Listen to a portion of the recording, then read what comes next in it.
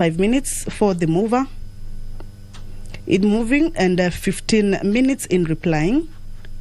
A maximum of 30 minutes for the chairperson of the relevant committee, if the bill is not sponsored by the relevant committee, and a maximum of 10 minutes for any other member speaking except the leader of majority party and leader of minority party, who shall be limited to maximum 15 minutes each if the bill is not sponsored by either of them. And the priority in speaking be accorded to the leader of majority party, the leader of minority party, and the chairperson of the relevant departmental committee in that order.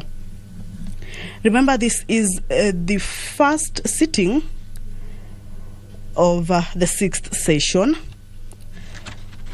after the House managed to approve a list of House Business Committee on the 1st of February 2022, paving way for the House to start its regular sittings for this 6th session of the 12th Parliament, which began in August 2017.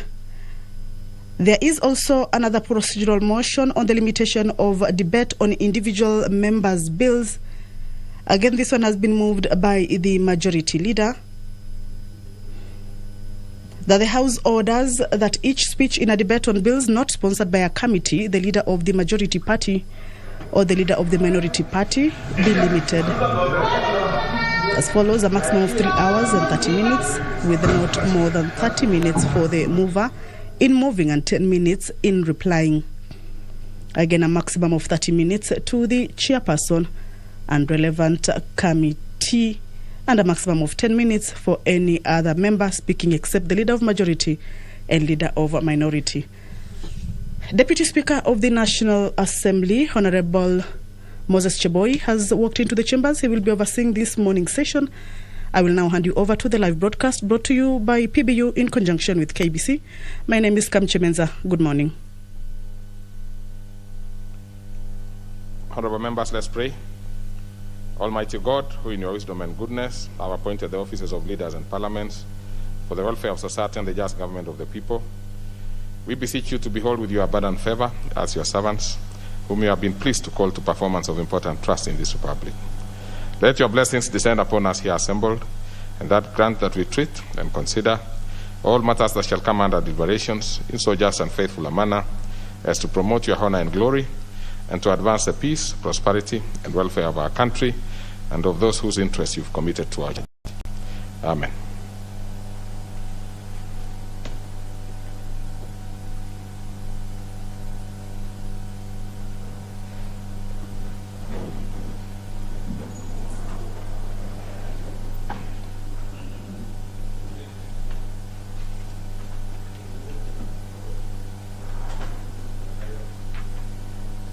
Very badly. Yes.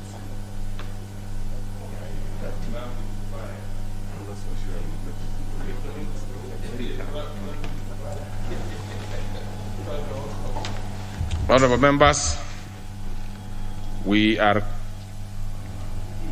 quite short of our required numbers. I will order the bell to be rung for 10 minutes.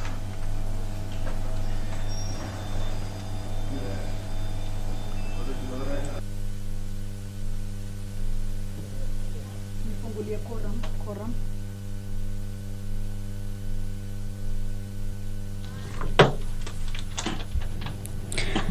Deputy Speaker of the National Assembly, Honorable Moses Cheboy, has just ordered that the bell be rung for 10 minutes. This is according to the standing order of the House, that when the House lacks the requisite quorum for business to begin at each and every sitting, the bell will be rung for 10 minutes to allow members who are yet to report to the chambers to be able to walk into the chambers and join the rest of the members to start the particular business.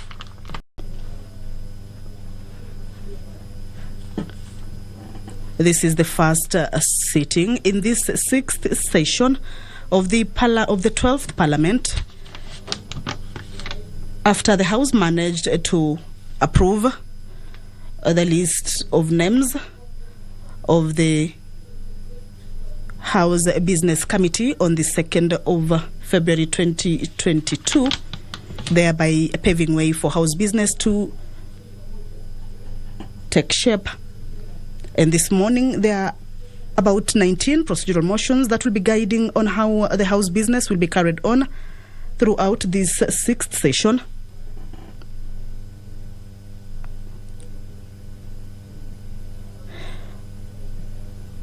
So according to Standing Order 35, which talks about the quorum during the proceeding of the House, is that if at any time after the chair is taken or when the House is in committee, a member object that there is no quorum present, then the Speaker or the chairperson shall count the House or the committee, as the case may be.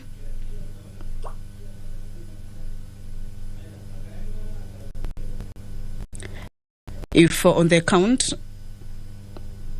under paragraph 1 a quorum does not appear to be present, the Speaker or the chairperson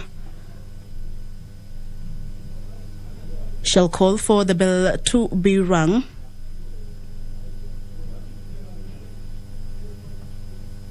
for 10 minutes, and if no quorum is present at the expiration of the 10 minutes, the Speaker may direct that the bell be rung for a further 5 minutes. And if there is still no quorum present, the Speaker shall adjourn the House forthwith to the next sitting. So members are slowly trickling into the chambers. Today's business for the morning session was set to start at around 9:30, but the requisite quorum, which is 50 members,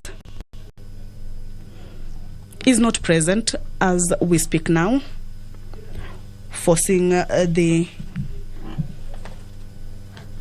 Speaker to invoke Standing Order 34, calling for the bell to be rung for 10 minutes for members to be able to walk in. There is a procedural motion on the limitation of debate on motions. This one is moved by the Leader of Majority Party, that the House orders each speech in a debate on any motion, including a special motion, be limited in the following manner: a maximum of 3 hours, with not more than 20 minutes for the mover and 10 minutes for each other member speaking, except the Leader of the Majority Party and the Leader of Minority Party, who shall be limited to a maximum of 15 minutes each, and that 10 minutes before the expiry of the time, the mover shall be called upon to reply, and that a priority in speaking be accorded to the Leader of the Majority Party, the Leader of the Minority Party, and the chairperson of the relevant departmental committee.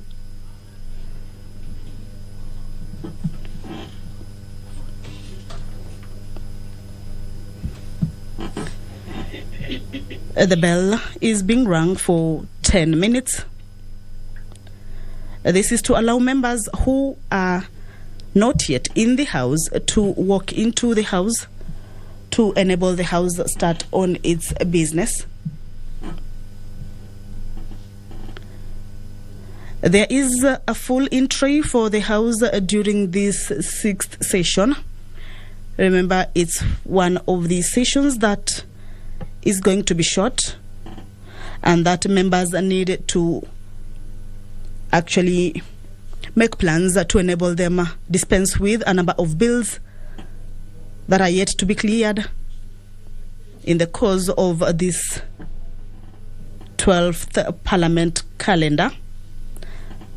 Some of the legislation to be considered, which might be given priority, is the budget estimates for 2022-2023 financial year.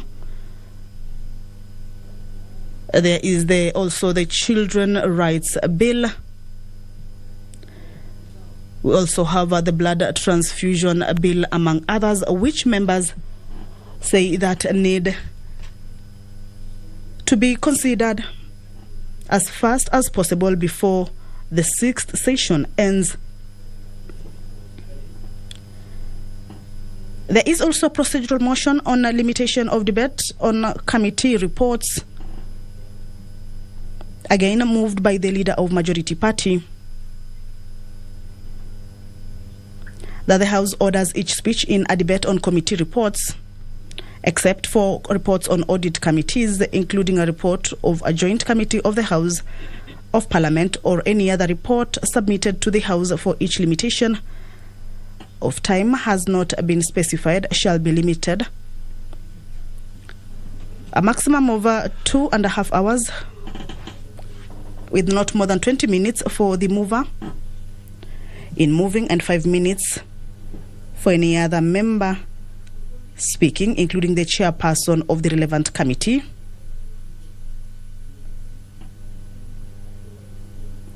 Except for the leader of the Majority Party and the leader of the Minority Party, who shall be limited to a maximum of 10 minutes each, and that 10 minutes before the expiry of the time, the mover shall be called upon to reply, and further that priority in speaking shall be accorded to the leader of the Majority Party and the leader of the Minority Party in that order.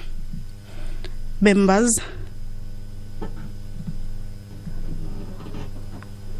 are slowly trickling into the chambers.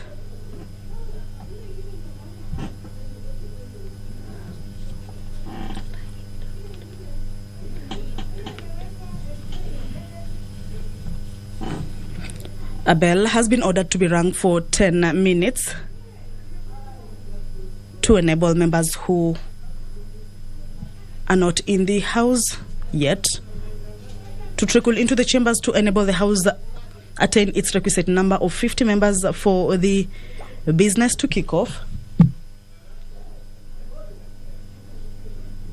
This is the first session of the 6th session of the 12th Parliament.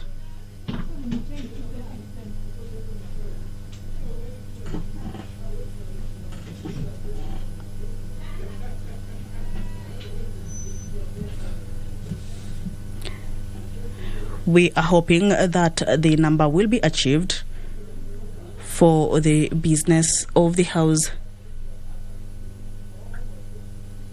to kick off.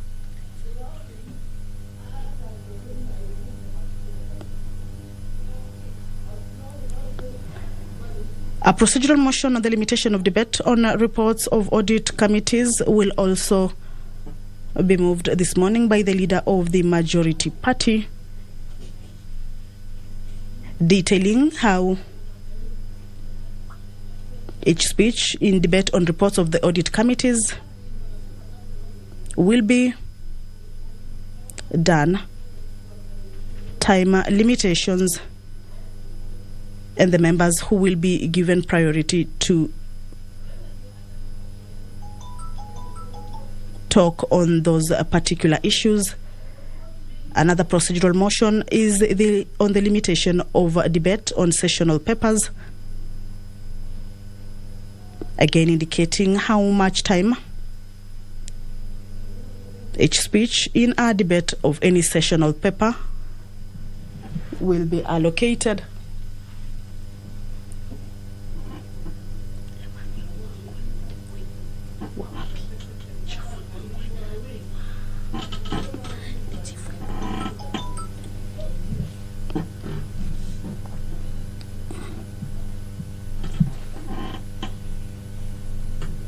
Members, as you can see at the entrance of the chambers, are now walking in to join the others who have already taken their seats at the chamber for this morning's business. 19 procedural motions are lined up for consideration on the floor of the House this morning that will be moved by the leader of the Majority Party. Members, we still do not have. There is we have not raised the a right procedural numbers. motion again on the limitation So of I debate. will, using the same standing orders, give an additional 5 minutes. An additional 5 minutes, and as you know, honourable members, that will be the last number of minutes that we'll be able to give as per our standing orders.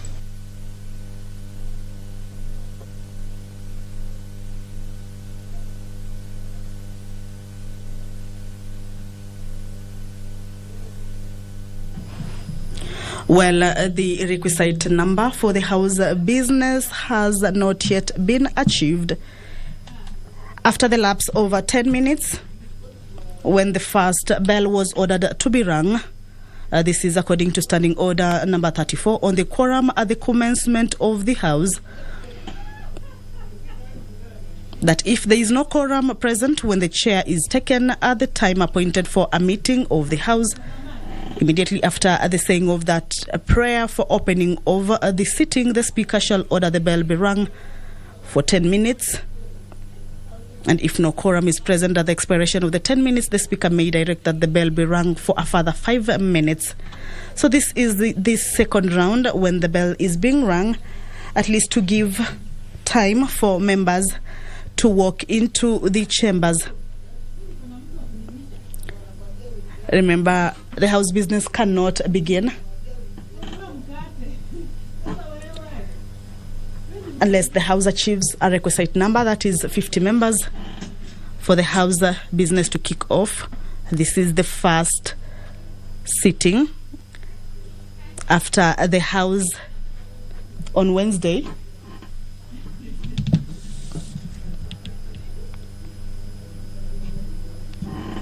approved a list of the House Business Committee, which now paves way for business to pick up at the chambers.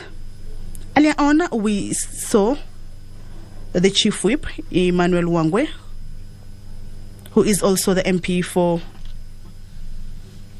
Navaholo, stepping out to whip members to the chambers. He was at the entrance, but members were not in, and we saw him step out.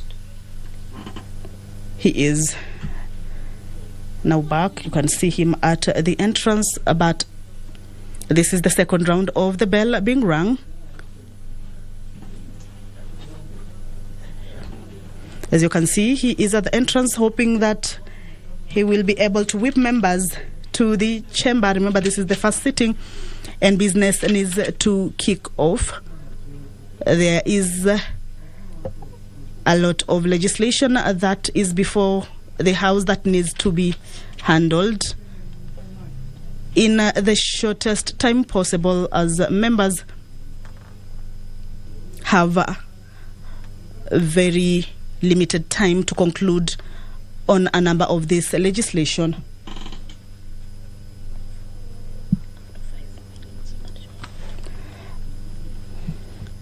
That will enable the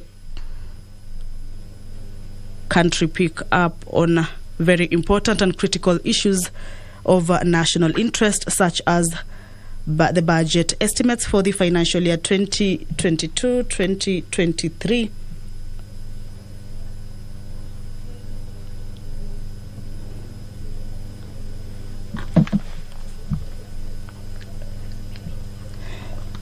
So what is happening now is that the Deputy Speaker of the National Assembly has ordered for the bell to be rung for a further 5 minutes after the lapse of 10 minutes on the first round, when the bell was rung for 10 minutes. But according to Standing Order 34, is that if there is no quorum still present at the end or at the lapse of the 5 minutes, the Speaker shall adjourn the House forthwith to the next sitting.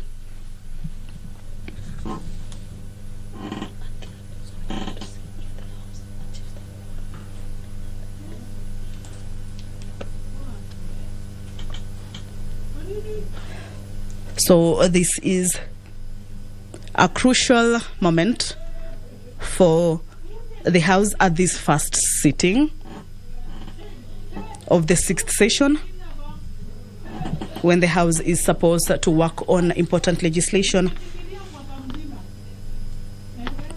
on matters that will be affecting the general public.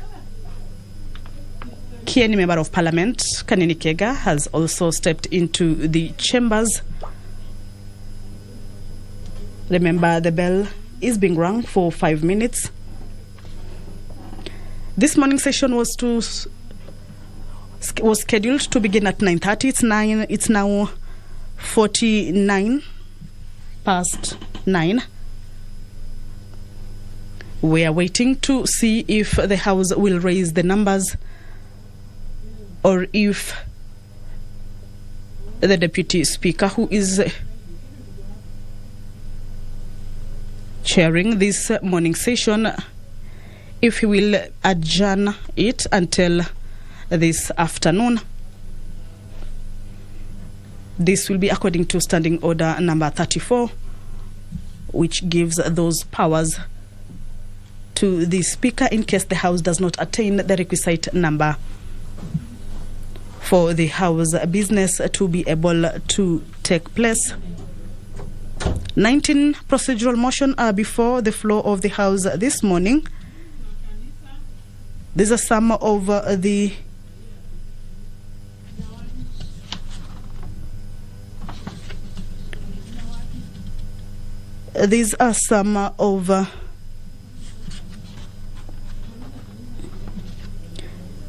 the considerations that members will be putting some effort into so as to enable the House fully get into operation. Honorable Michael Kingi has also walked into the chambers. 20 minutes have lapsed after the beginning of the session. Around 9:30 is when the Speaker, or rather the Deputy Speaker of the National Assembly, walked into the chambers. The first round of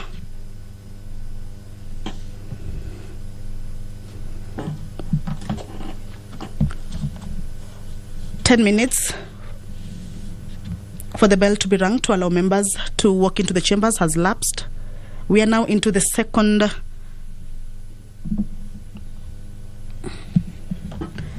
round of around 5 minutes. We are hoping that the House will attain its number, or perhaps the Deputy Speaker will be forced to adjourn the House.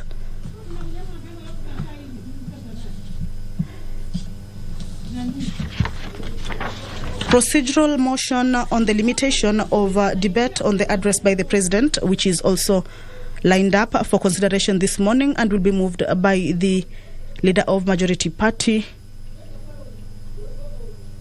is that the House orders that the debate on the motion of the address by the President, members are walking in.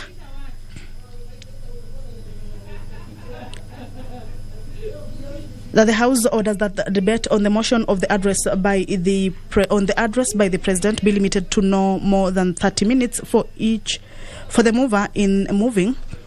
20 minutes. When the gracious lady comes in, we are good to go. Yes, so let's proceed. We now have the quorum.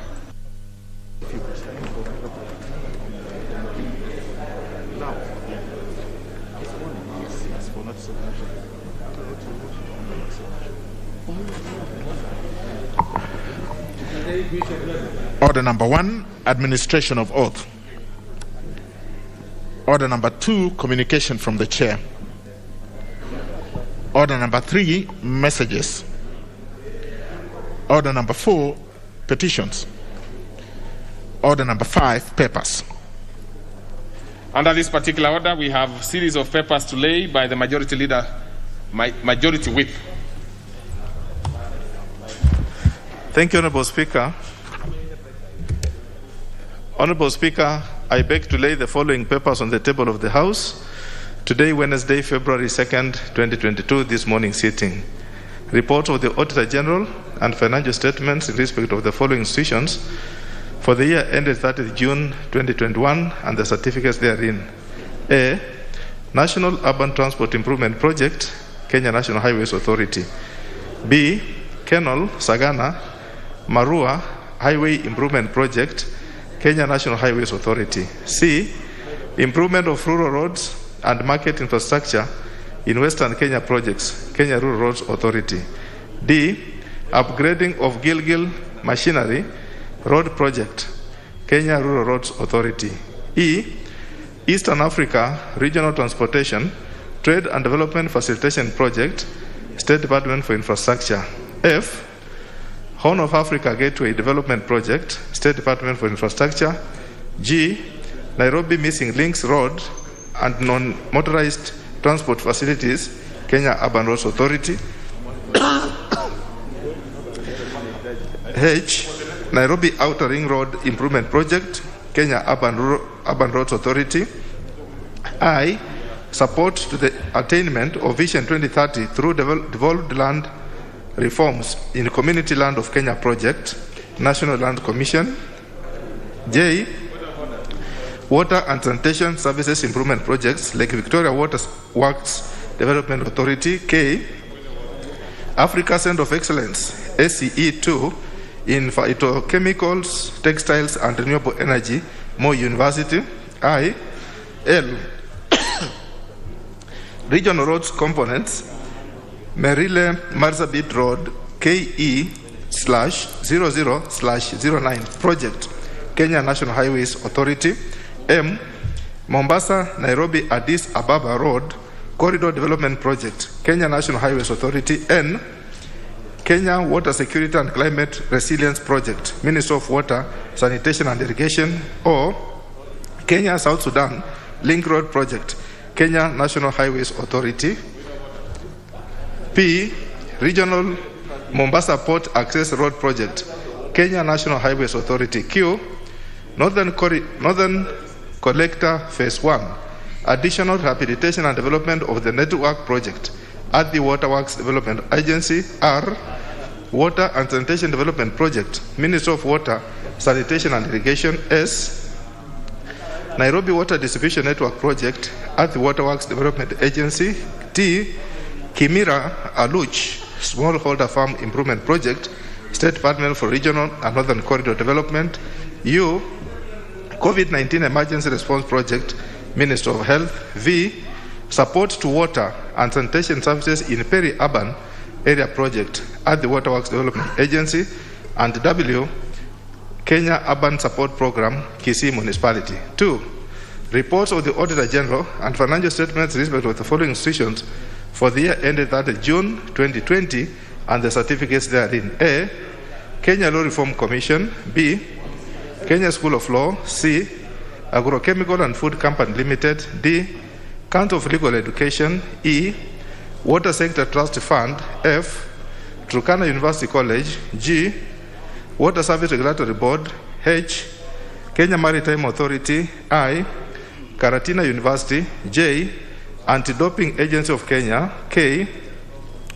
Kenya Maritime Authority Staff Mortgage and Car Loan Scheme. L. Nyeri National Polytechnic. M. National Crime Research Center. And N. Council of Legal Education. 3. Reports of the Auditor General and financial statements in respect of the following institutions for the year ended 30 June 2019 and the certificates therein. A. Kenya Civil Aviation Authority. B. Turkana University College. C. Mathia Technical and Vocational College. D. Makueni County Sand Conservation and Utilization Authority. E.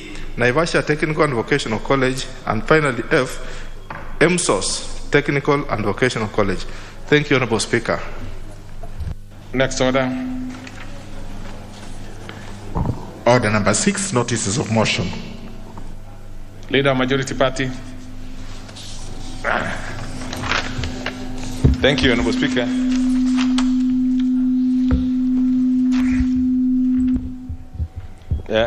I beg to give notice of the following motion.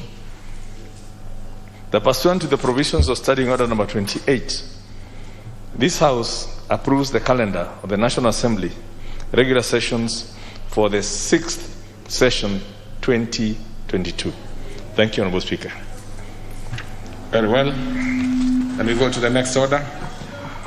Order 7, questions and statements.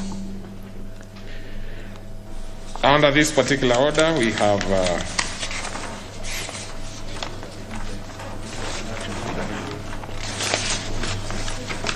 just a minute.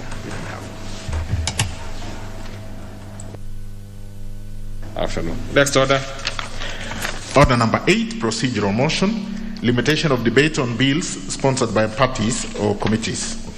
Now, honorable members, please look at this particular order and almost the next, almost 8 others. It's good for you members to familiarize yourselves so that we don't need to take a lot of time in it, because it's basically setting out our mode of engagement for the remainder of this session. It is something that happens all the time at the beginning of a session. So just familiarize yourself, because I'm sure the leader of majority will be moving pretty fast. Honorable Serem, what can possibly be out of order now? Mr. Speaker. Thank you, Mr. Speaker. I'm raising on point of order, Mr. Speaker, that the whip and the leader majority are discussing about the agenda that touches on this session. Mr. Speaker, our children, as we talk, are at home, Mr. Speaker, for lack of bursaries, Mr. Speaker. The CDA board has also received the funds for our constituencies, Mr. Speaker. I don't want to have a situation like what happened in the last session, Mr. Speaker, that I rose on this floor, Mr. Speaker, and I told that there will be no budget in this house unless the funds are released to our constituents. I want clearance from the leader majority that we are going to be given CDF before we discuss about supplementary. Otherwise, we will shut down that supplementary, Mr. Speaker, unless the funds are given to us. Mr. Speaker, I have a concern. We are mature. We are discussing about a limitation and limitation of our debate, Mr. Speaker, while our kids are at home. Why are we discussing about even the future of this house, while the children that who are supposed to be occupying this house in the next 10 years are in the villages? Mr. Speaker, as you discussed, okay. I'm getting what you're saying, Mr. Speaker, but it's not fair. No, that I say. Honorable Serem, I've not even said anything, but you're already saying you are getting what I'm saying. Now, the issue is, Honorable Serem, you're actually a member of the Select Committee on National Government Development Fund. I would have thought actually you would be reporting and telling us when we are going to have this money. Now, when you send it to the majority leader, he becomes a member of the National Assembly as far as the NGCDF is concerned.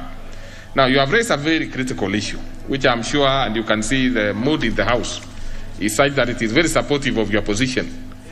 But I would have wished it is raised in a better manner so that we can have results quickly. Because Honorable Serem, really, this what we are doing today is normal, and it's something that is done all the time. Never mind the fact that there are issues. I wanted actually now to give the majority leader to probably see how he can be able to push it himself, now that you have actually said that you want him to speak to it. I think that's the better way, because you have actually raised. So maybe majority leader, you can have some input into this one so that we don't take too much time on it. I really do not want, if we open it to members, maybe I could give 2. No, don't. I could give to the Honorable Ferdinand. Honorable Ferdinand. No, Honorable members, I'm giving only 2 members, and then I give the Mr. Speaker, I am in that committee of CDF. You are also in the committee? No, I'm just adding to what he has said. On a serious note, we are discussing in this house, while back at home, contractors that we actually have engaged have downed their tools. Our students don't have the bursaries. Mr. Speaker, I think it's only fair that the leader of the majority consults now and tells us exactly what is happening. We just can't be here comfortably and back at home. For me, for example, Mr. Speaker, just to add what Mheshimiwa Serema said, I have 4 contractors who have down the tools because they have not been paid. What do I do? And they see me here contributing on other national items that are not relevant to my people that actually send me this house. And therefore, I want to concur with Honorable Serem that something be done today and now, so they can be able to move forward and have a comfort to tell our people what is happening. Honorable Dawood. Thank you. Thank you, Mr. Speaker. Mr. Speaker, having voted for the political party's bill and voting with the government, I feel ashamed today because we cannot get our CDF, Mr. Speaker. 4.9 billion from the last financial year, we still haven't received it. And Mr. Speaker, we need to get the other... Honorable Dawood, I'll give you your time. I see the chair of CDF standing at the alleys. I think he should take his seat. Probably some of these things involve him more than even the majority leader. Yeah, so the chairman general has just come in, so let him take his seat. So proceed, Honorable Dawood. That's all I wanted him to do, so that he can listen to some of your concerns. Thank you, Mr. Speaker. Mr. Speaker, we know we are only the patrons for CDF, but you know, when we go to the constituency, we are not known as patrons, we are known as we are the managers for CDF. And when we do not get the CDF and the schools and other infrastructure are falling apart, it is the MP who gets the flake. And unless the CDF committee of this parliament does not get its act together, half of us, we may not be back in parliament, because this is the most critical time, and I believe the chairman and his committee need to wake up, because they should call a kamukunji if there is an issue that they cannot get through, and we will not pass the supplementary budget if we do not get that CDF, Mr. Speaker. Thank you. Only that you said half of you will not come back. When history tells us it is slightly more than what you've just said, never mind whether the CDF issue is there or not. Let's have the chair. I mean, I know members want to really. Okay, Honorable Dr. Makali Mulu. Then I pick one other member from this other side. Yeah, thank you very much, Mr. Speaker, for your consideration. You know, Mr. Speaker, this matter is a serious matter. And I know the majority leader and the whip are also in our shoes. So, Mr. Speaker, even as we discuss these procedural motions which are important also for us to do our work, I would really wish that the majority leader, working closely with the chair of the committee, who also happens to be the leader of the DAB party, Mr. Speaker, I think it's work very fast, move to Treasury, negotiate for release of more funds, so that the contractors and our students go back to school. Before we give ultimatums, I think if they just release the money, we have no problem. We just want the money to our accounts so that our managers and our committees can work. With those remarks, Honorable Speaker, thank you very much. We hope the money will be there tomorrow. Thank you, Honorable Speaker. Honorable Kiai. Thank you, Speaker. Mr. Speaker, CDF is the lifeline of any member of parliament. And the situation we find ourselves in is that we are not able to pay the contractors who are doing diverse projects in our constituencies. Mr. Speaker, this is a critical time when CDF must be seen to be functioning on the ground. And it is the only tool, one of the best tools that members of parliament use to ensure that they relate with the people down there. So it's in order that the majority leader, the chair of CDF committee, ensure that this money is released before anything else is discussed in this parliament. Not to mention that the students are at home waiting for this bursary. Thank you. Okay. So then I go to the chair CDF. Let's have, I'm sure you now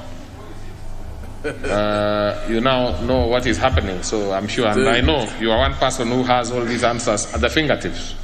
Thank you, Mr. Speaker. And first, my apologies. I came in a little late because I was involved in other important national duties.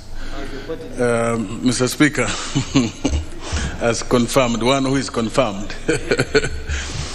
Mr. Speaker, the question of CDF funds is such an important one that doesn't just touch on the hearts of members of parliament, but the people in our constituencies, Mr. Speaker. Mr. Speaker, you will recall that in our last report, we did indicate that we had received up to 50% of this financial year's funding. That is 20 billion out of the 41 billion, Mr. Speaker. We also reported that there was some arrears amounting to 4.9 billion, which this House had resolved after we reported that the funds had not been received. This House resolved that these funds should be captured in the supplementary budget that is coming, Mr. Speaker. Our committee on implementation, Mr. Speaker, raised the matter with the Cabinet Secretary for Treasury for implementation of that House resolution.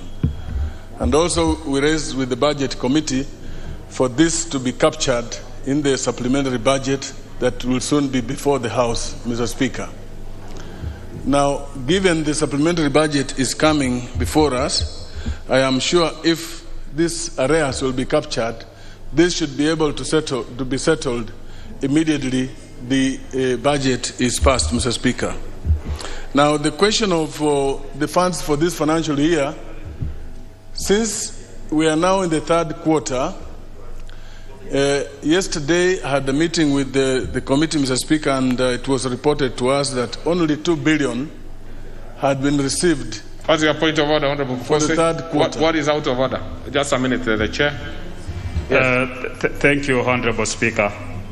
With all due respect to Honorable Amunyinyi, who is the party leader of DAP Kenya, he made a statement to say that if, I don't know why Honorable Rachel Nyamo is clapping, he made a statement that if the budget, the CDF money, which is the arrears, is captured on the supplementary. You know, when you use the word if, Honorable Speaker, it means he's not sure whether it is there. Could he confirm to this House and the nation at large that the CDF, because you know, as a party leader, you need to be having information at the fingertips. Could you confirm to this House and the nation at large whether the CDF arrears is in the current supplementary budget? Because that is what the House passed in your report, which you tabled in this House, and that's what we expect today. All right. Thank you. I really don't think you need to. I don't think you need to throw it too much also on the chair, CDF, because this is a document that has been tabled, so which Honorable Bukosa and others can also have a look at it and probably have it confirmed. Proceed. Just proceed if you have. Now let the chair proceed. You have just had your say, the honorable member for. No, out of order. Proceed, Chairman General. Thank you, Mr. Speaker. I did confirm, Mr. Speaker, that this House passed a resolution that the arrears which had not been released by the Treasury should be captured, in the supplementary budget which is coming. Mr. Speaker, I am aware that the implementation committee of this House raised this issue with the Treasury, with the Cabinet Secretary himself. The budget committee of this House, which is responsible, Mr. Speaker, is also seized with this matter. And I am sure, because the House resolved that this should be, captured, this is part of what will be brought before the House. And once the House passes that budget committee, the supplementary budget, then the constituencies should be given the arrears that is due. Mr. Speaker, I was explaining the question of this year's funding. I said that we had received up to 50%, amounting to 20 billion. And Mr. Speaker, for the third quarter, we have received 2 billion. In yesterday's meeting, which we had, we resolved to ask the Cabinet Secretary, the CS Treasury, to appear before us next week on Tuesday, just to explain when he is going to complete the disbursement of funds for this financial year. And I'm sure we should be able, Mr. Speaker, after that to report to this House, the progress that would have been made. But so far, we have 2 billion, which I said, if that was released to the constituencies, it will be a small amount, like up to 5-6 million. So we asked them to wait. So, Mr. Speaker, it is important. I agree. I'm also a member representing a constituency. And I need the funds for bursaries. I need funds to complete projects. I need funds for all good reasons, Mr. Speaker. So we will be pursuing this as a committee. And as chair, of course, I have undertaken. Members can confirm that we have all in the past received these funds. Even the arrears that was built up from the past years, we were able to secure the same. So now, Mr. Speaker, let me say this, Mr. Speaker, as I conclude. I know Honorable Bukose and the member irritated there. These are members that are really feeling the weight of DAPK, Mr. Speaker. Particularly the UDA is really feeling it. And that is why,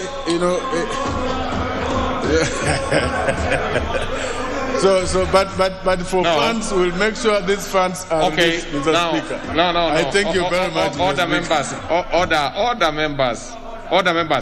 It's good for me to know whether the excitement is about the DAP or is about the CDF.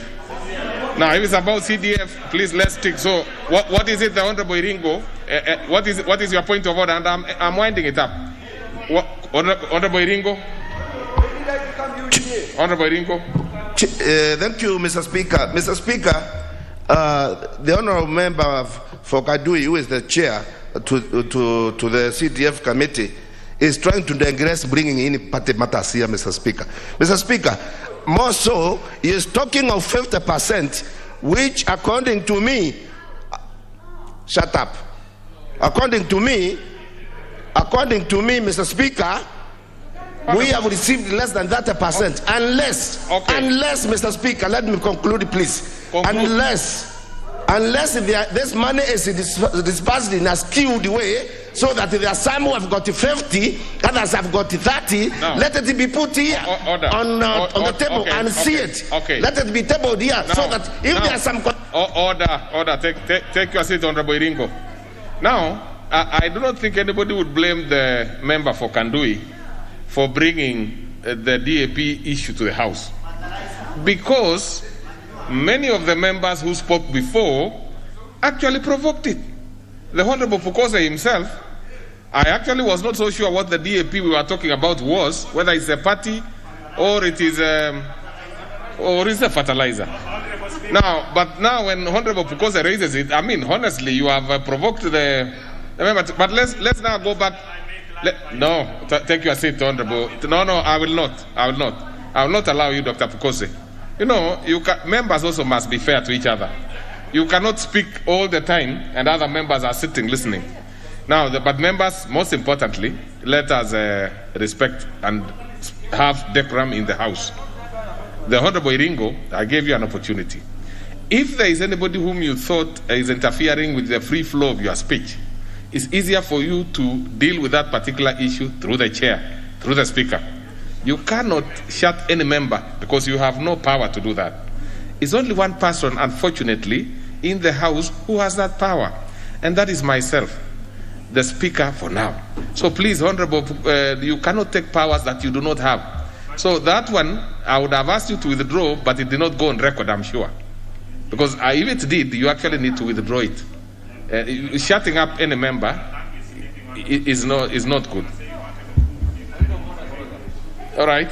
So I think the matter is resolved. What I want us to do is to agree, if I were to give the majority leader, but most importantly, let us have timelines so that when you have your meeting next week on Tuesday, that Tuesday afternoon, you report to the House the progress. I think that will resolve the matter. Yeah? So Tuesday is 1 week from now. That is 7 days. Don't need to wait for the meeting. You can resolve some of the things prior to the meeting. Then on Tuesday, you come with some report, and I'm sure the members will be happy with it. I know, Chair, you have done well, so we really have to say that you've done well. We are sure you will still do well. I don't think we need to trouble the majority leader on this. He has a handful this morning. So let's proceed to the next order.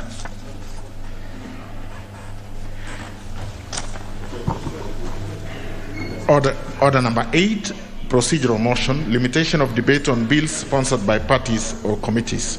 Leader Majority. Honourable Speaker, I beg to move the following procedural motion, that notwithstanding the provisions of Standing Order number 97, paragraph 4, this House orders that each speech in a debate on bill sponsored by a committee, the leader of majority party and the leader of minority party be limited as follows: a maximum of 45 minutes for the mover in moving and 15 minutes in replying, a maximum of 30 minutes for the chairperson of the relevant committee if the bill is not sponsored by the relevant committee, and a maximum of 10 minutes for any member speaking, except the leader of the majority party and the leader of the minority party, who shall be limited to a maximum of 15 minutes each if the bill is not sponsored by either of them, and a priority in speaking be accorded to the leader of majority party, leader of minority party, and the chairperson of the relevant departmental committee in that order. Honourable Speaker, as you did indicate, these are all procedural motions that we set, that set basically the manner in which we are going to conduct our debates, our sessions, and the respective times accorded to the different people in contributing to those motions. And I expect that we'll be able to pass all these things without undue delay. I beg to move and ask the Honourable Rachel Nyamai to second. Honourable Speaker, I second. And so I propose a question, which is that notwithstanding the provisions of Standing Order 97.4, this House orders that each speech in debate on bill sponsored by a committee, the leader of majority party and the leader of majority party or leader of minority party be limited as follows: maximum was 45 minutes for the mover in moving and 15 minutes in replying.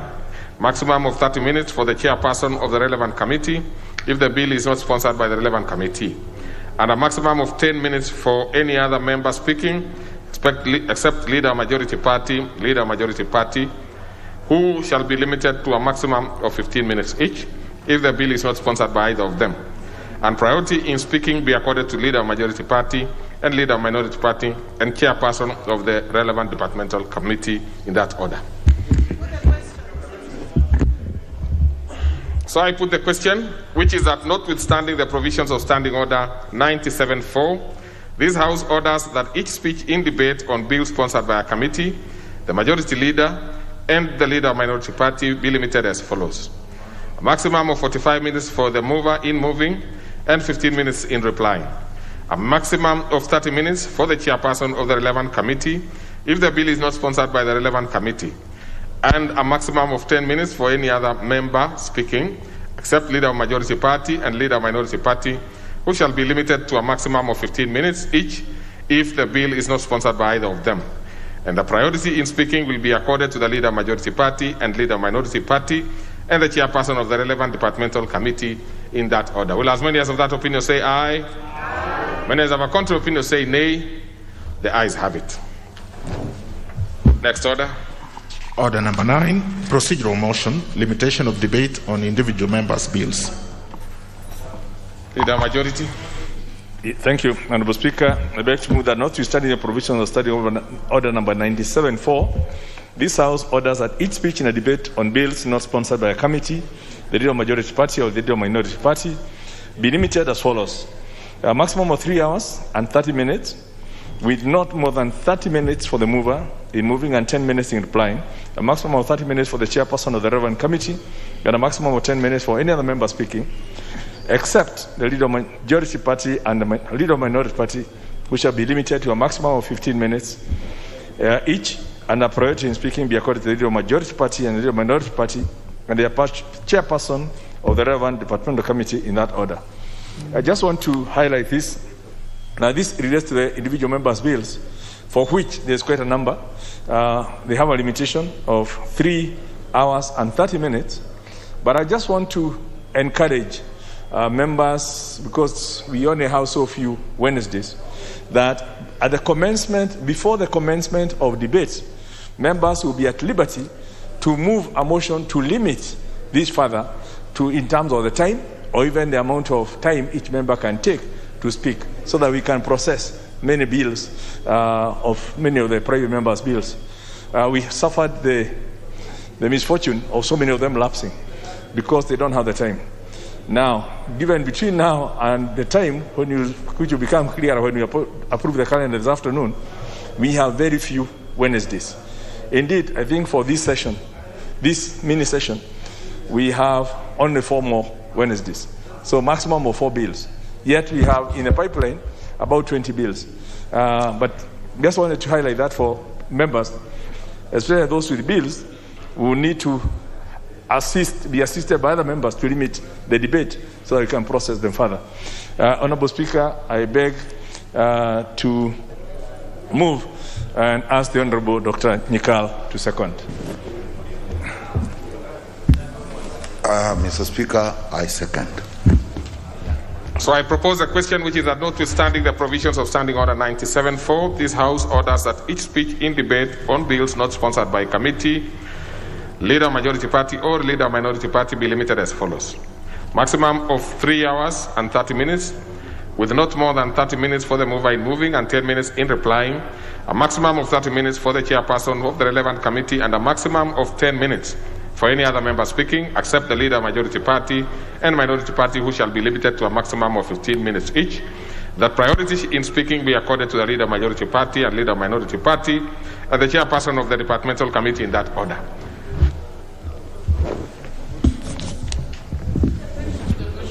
I put the question, which is that notwithstanding the provisions of Standing Order 97.4, this House orders that each speech in a debate on bill not sponsored by the committee, the Leader Majority Party and the Leader Minority Party be limited as follows.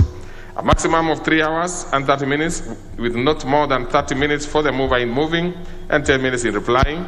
A maximum of 30 minutes for the chairperson of the relevant committee, and a maximum of 10 minutes each for any member speaking, except the Leader Majority Party and the Leader Minority Party, who shall be limited to a maximum of 15 minutes each. And that priority in speaking be accorded to the Leader Majority Party, the Leader Minority Party, and the chairperson of the relevant committee in that order. Will as many as of that opinion say aye? Aye. Many as of a contrary opinion say nay?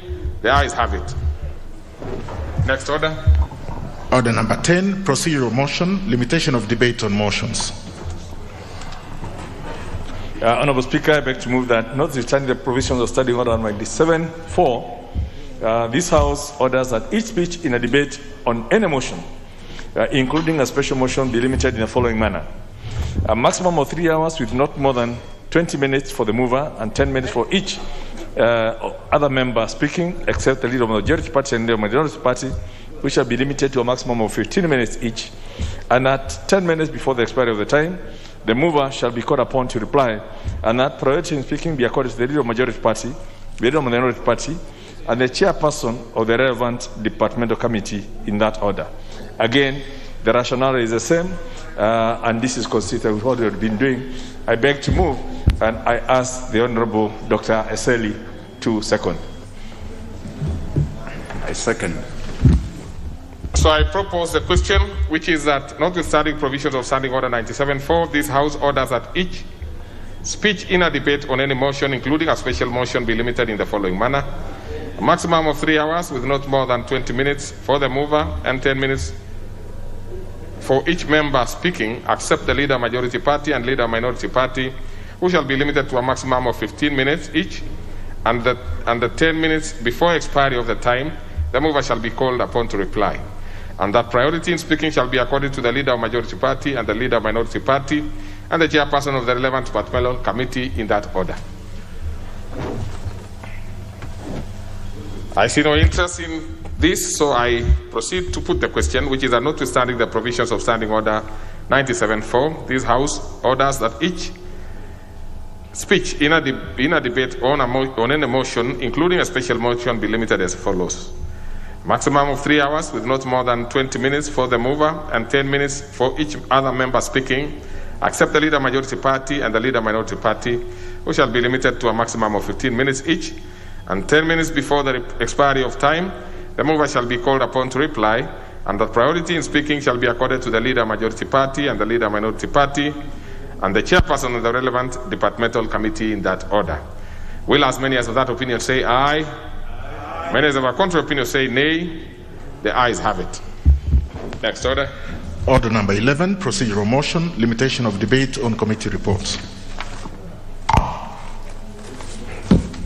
Honorable Speaker, I beg to move that, notwithstanding the provisions of Standing Order 97.4, this House orders that each speech in a debate on committee reports, except for reports on audit committees, including a report of a joint committee of the Houses of Parliament or any other report submitted to the House for which limitation of time shall not be specified, shall be limited as follows. A maximum of 2.5 hours with not more than 20 minutes for the mover in moving and 5 minutes for any other member speaking, including the chairperson of the relevant committee, if the committee report is not moved by the chairperson of the relevant committee, except the leader of majority party and leader of minority party shall be limited to a maximum of 10 minutes each, and at 10 minutes before the expiry of the time, the mover shall be called upon to reply. And further, the priority in speaking shall be accorded to the leader of majority party and the leader of the minority party in that order. Again, Honorable Speaker, this is fairly standard, except I just want to highlight that there's a slight change from the last time, the last session, where now the leader of majority party and minority party have an extra 5 minutes because it became quite clear that there were issues that may need to be highlighted from the leadership perspective in terms of responses for matters coming from the committee reports. That's the only change from last time, and I beg to move and request the Honorable Dr. Makalimuli to second. Yeah, thank you, Mr. Speaker. Mr. Speaker, I do second. Thank you. So I propose a question which is that notwithstanding the provisions of Standing Order 97.4, this House orders that each speech in debate on committee reports, except for reports of audit committees, including reports of joint committees of the Houses of Parliament, or any other report submitted to the House for which limitation of time shall not be specified, shall be limited as follows. A maximum of 2.5 hours with not more than 20 minutes for the mover in moving and 5 minutes for any other member speaking, including the chairperson of the relevant committee, if the committee report is not moved by the chairperson of the relevant committee, except the leader of majority party and the leader of minority party, who shall be limited to a maximum of 10 minutes each, and 10 minutes before the expiry of time, the mover shall be called upon to reply, and further that priority in speaking shall be accorded to the leader of majority party and the leader of minority party in that order. I put the question, which is that notwithstanding the provisions of Standing Order 97.4, this House orders that each speech in debate on committee reports, except reports of audit committees, including a report of joint committee of the Houses of Parliament, or any other report submitted to the House for which limitation of time has not been specified, shall be limited as follows. A maximum of 2.5 hours with not more than 20 minutes for the mover in moving, and 5 minutes in for any other member speaking, including the chairperson of the relevant committee if the committee report is not moved by the chairperson of that relevant committee, except the leader of majority party and the leader of minority party, who shall be limited to a maximum of 10 minutes each, and that 10 minutes before the expiry of time, the mover shall be called upon to reply, and further that priority in speaking shall be accorded to the leader of majority party and the leader of minority party in that order. Will as many as of that opinion say aye? Many as of a contrary opinion say nay. The ayes have it. Next order. Order number 12, procedural motion, limitation of debate on reports of audit committees. Honorable Speaker, I beg to move that notwithstanding the provisions of Standing Order 97.4, this House orders that each speech in debate on reports of audit committees, that is the PIC, the PAC, and the SFAC, that's Public Investments Committee, Public Accounts Committee, and the Special Funds Audit Committee, be limited as follows.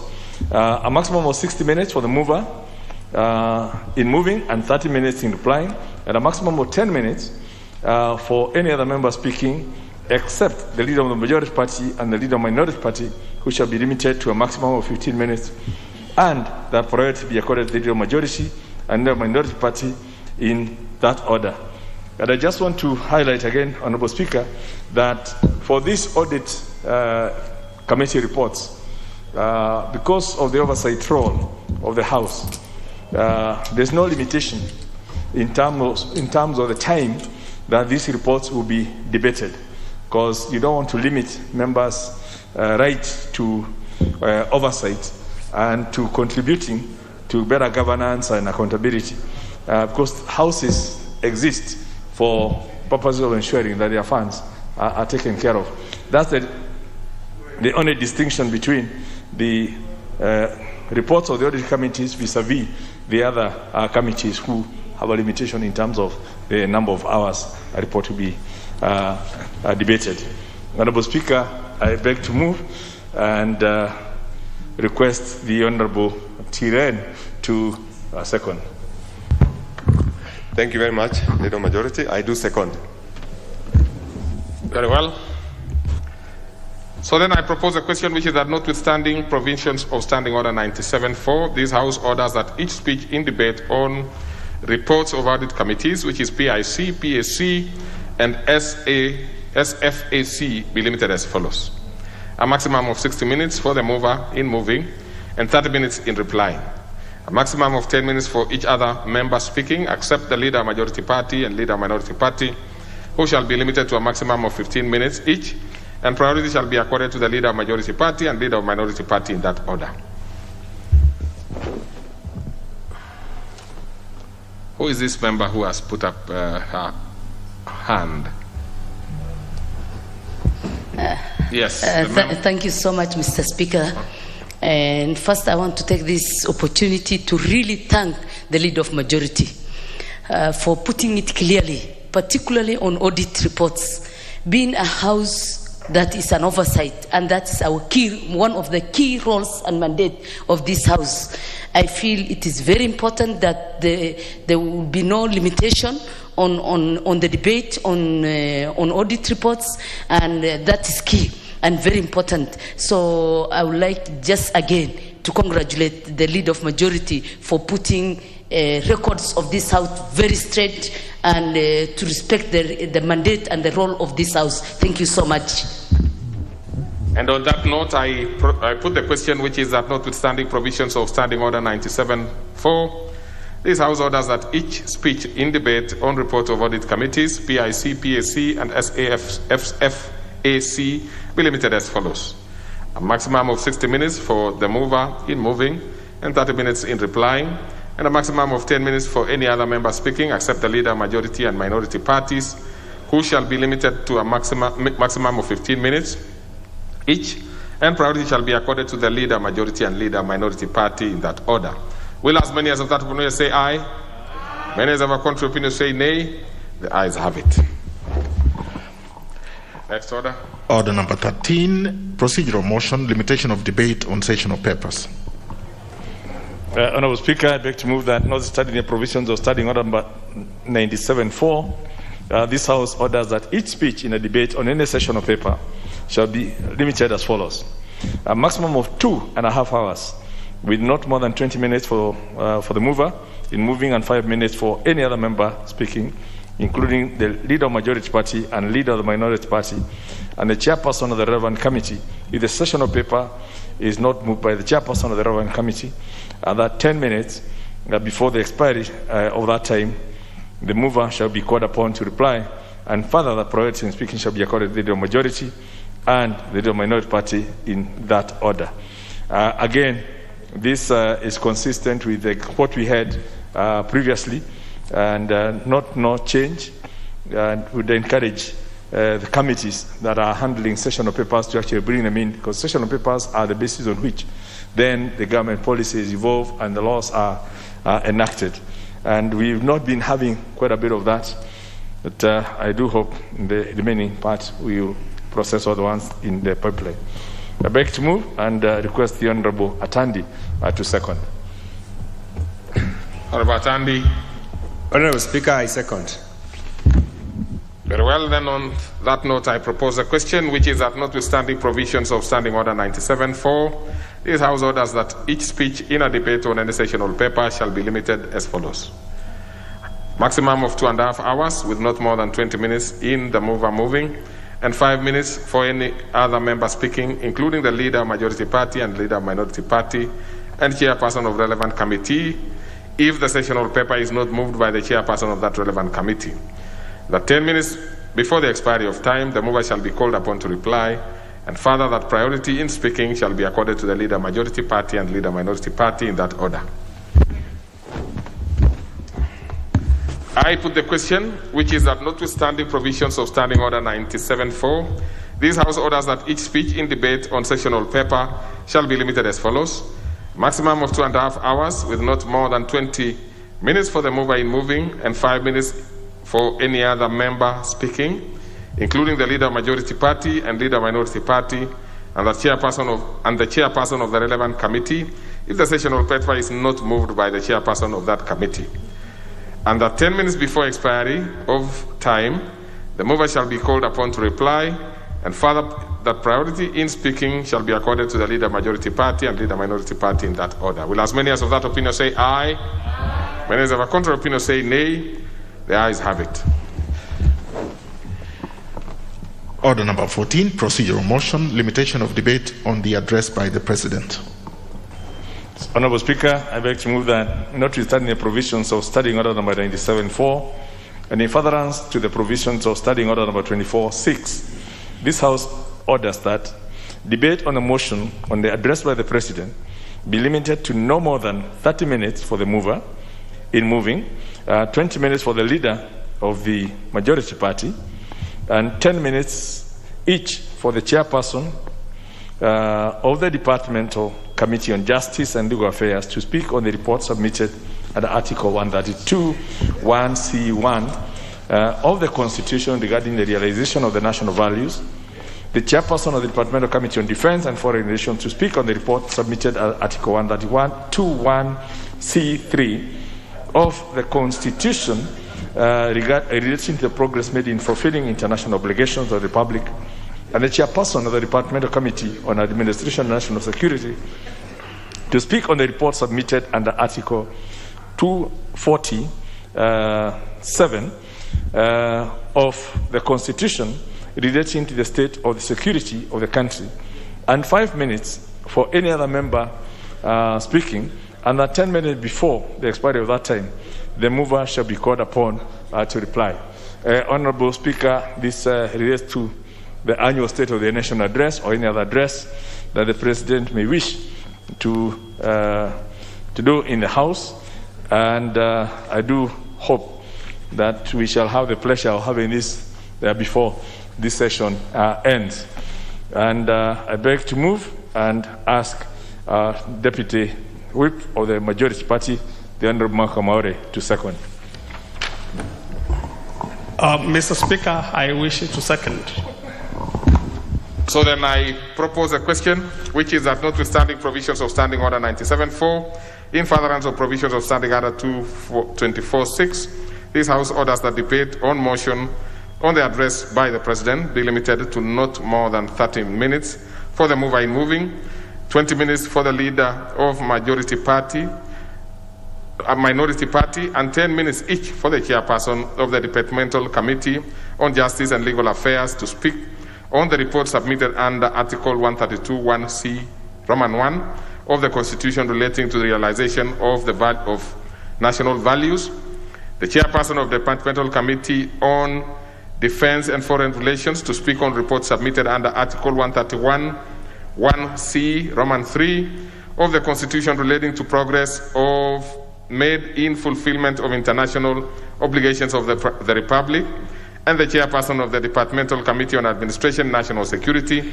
to speak on the report submitted under Article 247 of the Constitution relating to the state of security of the country, and 5 minutes for any other member speaking, and that 10 minutes before the expiry of time, the mover shall be called upon to reply.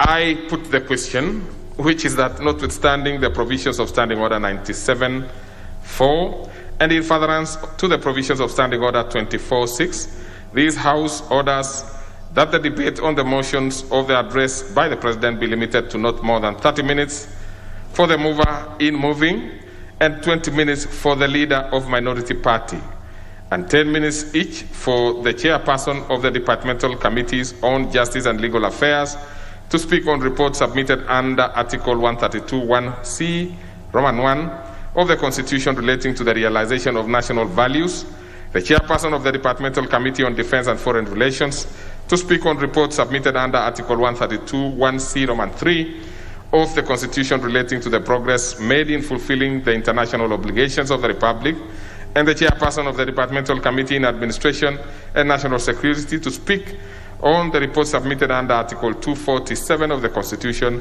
relating to the state of security of the country, and 5 minutes for any other member speaking, and at 10 minutes before the expiry of time, the mover shall be called upon to reply.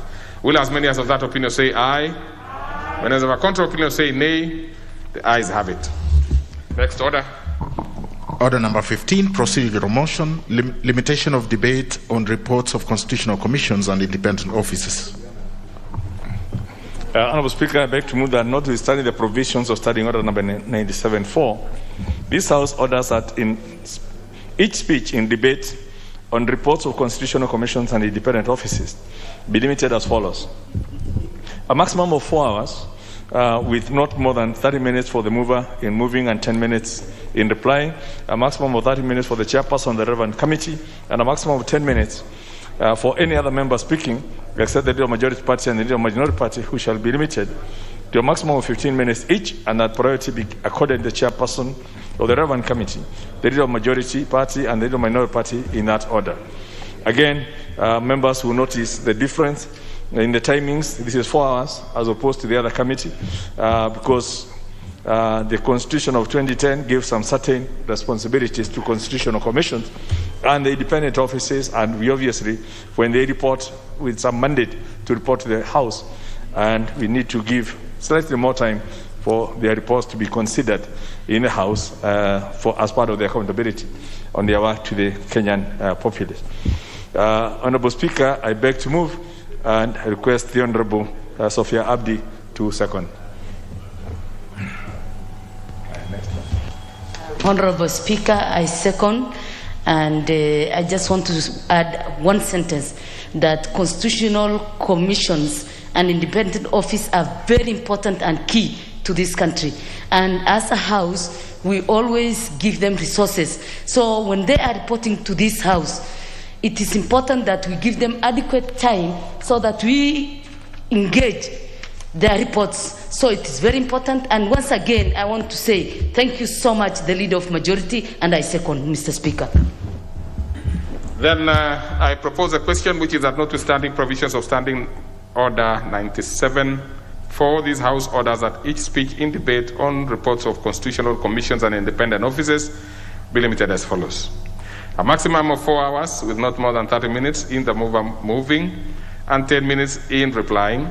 A maximum of 30 minutes for the chairperson of the relevant committee and a maximum of 10 minutes for any other member speaking, except the leader majority party and leader minority party, who shall be limited to a maximum of 15 minutes each, and priority be accorded to chairperson of the relevant committee and the leader of majority party and minority party in that order. Honorable Foucault says back?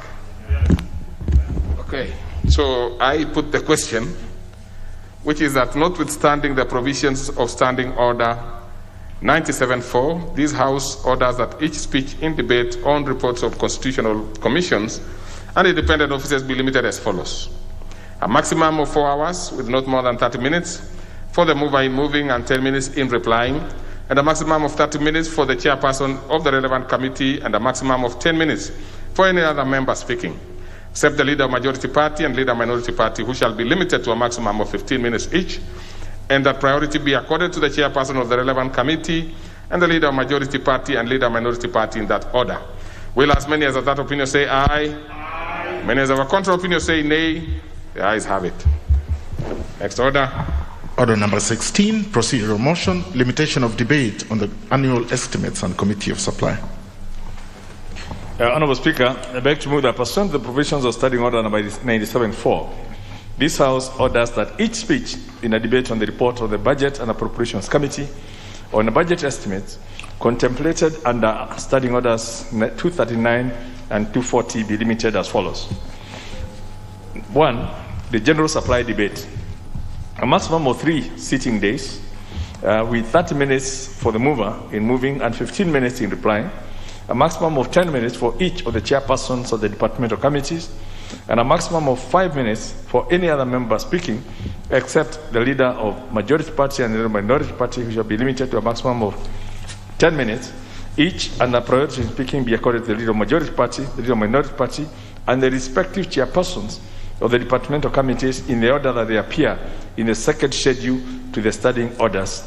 And 2, in the committee of supply, a maximum of 6 sitting days for the consideration of the proposed allocation to the respective votes and programs in the order specified in the schedule submitted by the Budget and Appropriations Committee. Honourable Speaker, members will be, I would want members to take note specifically of this, because we are already in the budget cycle.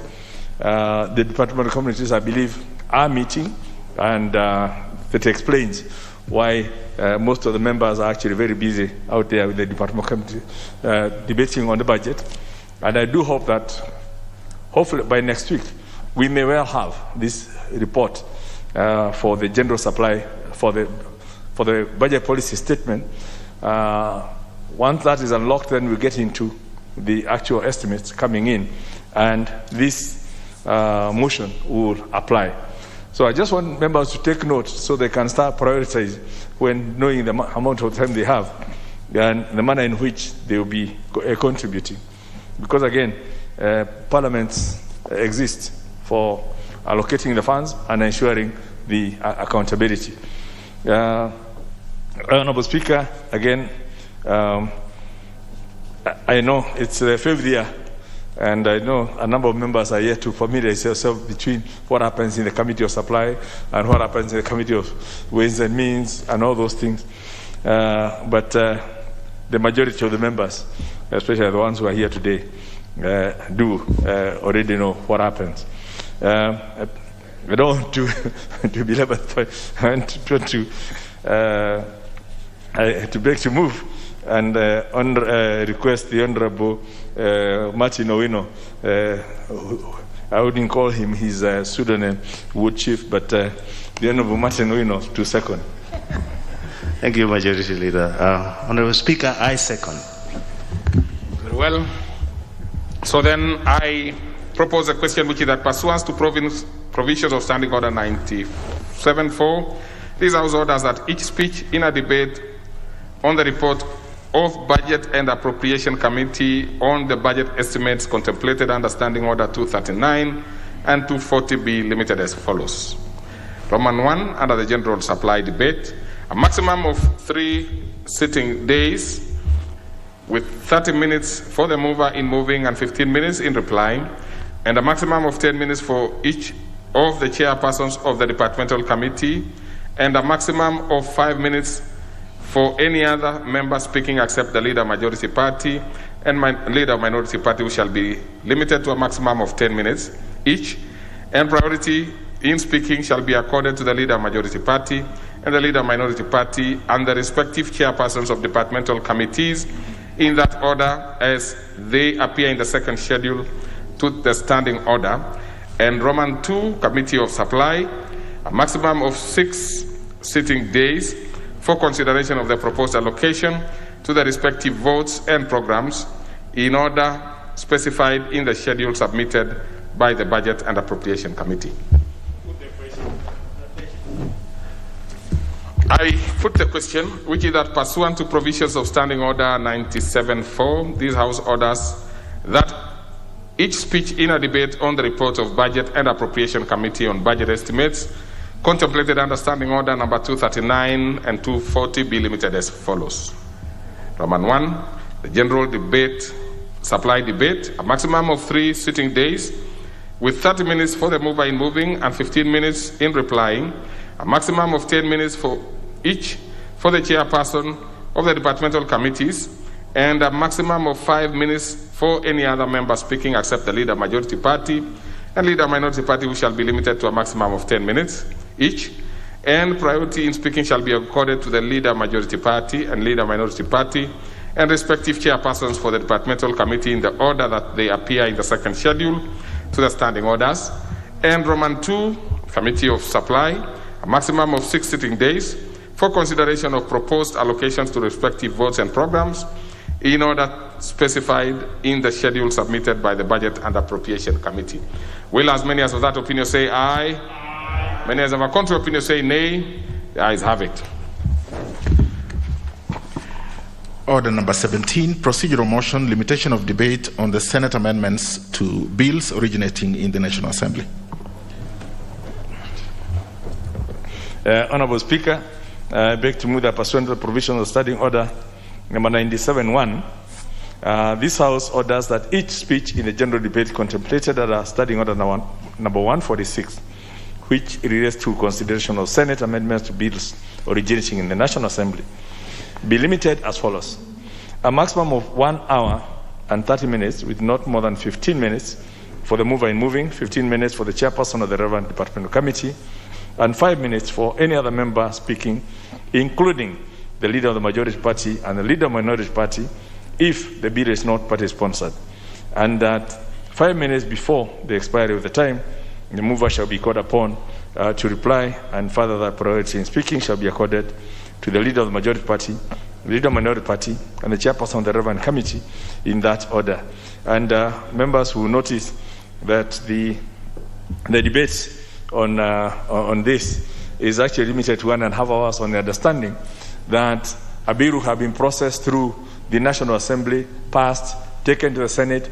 So if there's any changes or whatever they make, that's really the only matters we would be debating rather than the entire bill, and hence the limitation of that time. Honorable Speaker, I beg to move and request the Honorable Ochanda to second. He's a good host. He hosted me in Siaya. Thank you, Majority Leader. I think I beg to second, Mr. Speaker, and it's important that these bills that are generated from the Senate, particularly generated from us to the Senate and back to us, needs to be given the amount of space that is given by the Majority Leader. I second, Mr. Speaker. Whatever you did to the Majority Leader in Siaya, but I propose the question, which is that pursuant to provisions of Standing Order 97-1, this House orders that speech in general debate contemplated under Standing Order 146, which is consideration of the Senate amendment to bills originating in the National Assembly, be limited as follows. A maximum of 1 hour 30 minutes with not more than 15 minutes for the mover in moving and 15 minutes for the chairperson of the departmental committee, and 5 minutes for any other member speaking, including the leader majority party and minority party, if the bill is not party sponsored, and that 5 minutes before the expiry of the time, the mover shall be called upon to reply, and further that priority in speaking shall be accorded to the leader majority party and leader minority party and the chairperson of the relevant departmental committee in that order. I put the question, which is that pursuant to provisions of Standing Order 97-1, this House orders that each speech in general debate contemplated under Standing Order 146, which is consideration of the Senate amendment bills to bills originating in the National Assembly, be limited as follows. A maximum of 1 hour and 30 minutes with not more than 15 minutes for the mover in moving and 15 minutes for the chairperson of the relevant departmental committee, and 5 minutes for any other member, including the leader majority party and leader minority party, if the bill is not party sponsored, and that 5 minutes before the expiry of time, the mover shall be called upon to reply. Further, that priority in speaking shall be accorded to the leader majority party and leader minority party, and the chairperson of the departmental committee, the relevant departmental committee in that order. Will as many as of that opinion say aye? Aye. Many as of a contrary opinion say nay? The ayes have it. Next order. Order number 18, procedural motion, limitation of debate for a motion on sine die adjournment. Members must be very keen on listening to this one. Leader majority. Honorable Speaker, I beg to move that pursuant to the provisions of the Standing Order 97-4, this House orders that the debate on any motion for the sine die adjournment of the House, in accordance with the calendar of the House, shall be limited as follows. A maximum of 4 hours for the entire motion, with not more than 5 minutes for each member speaking, except for the mover, the leader of the majority party, and the leader of the minority party, who shall be limited to a maximum of 15 minutes each, and that priority shall be accorded to the leader of the majority party, the leader of the minority party, and the deputy speaker in that order, and further that at the expiry of the time allocated for the motion, the House shall adjourn without question put, pursuant to the provisions of Standing Order 28.3 that erases the calendar of the House. Honourable Speaker and members will note that we are in that final phase. This being the last session, at some point after we approve the calendar this afternoon, we will see when this motion will kick in, which is basically the motion for members to say their farewells and members to summarize the activities that they have been doing for the last 5 years and to make the last pitch to their electorate before the final decision day in August. So it's a very important motion, and I would want to ask the members, start preparing those pitches so that on that day you have your 5 minutes to summarize what you've done, say farewell to your colleagues, and make the pitch to your electorate in terms of why they think you've done a good job and you need to come back. So it's a very important motion, and we've allocated a House Business Committee, did deliberate and allocated the whole 4 hours, 5 minutes, and after that, then basically we'll walk out, shake hands, and hope to meet again in the next session. I know the Speaker did mention that the attrition rate is rather high, so we hope perhaps with this motion we could also limit part of that attrition rate from the historical 70% to something much palatable, like was said earlier, 50%, and hopefully progress it to better in future. So I beg to move and request the Honorable Sarah Korere to second. Honorable Pauleta. Thank you, Speaker. The Speaker is second.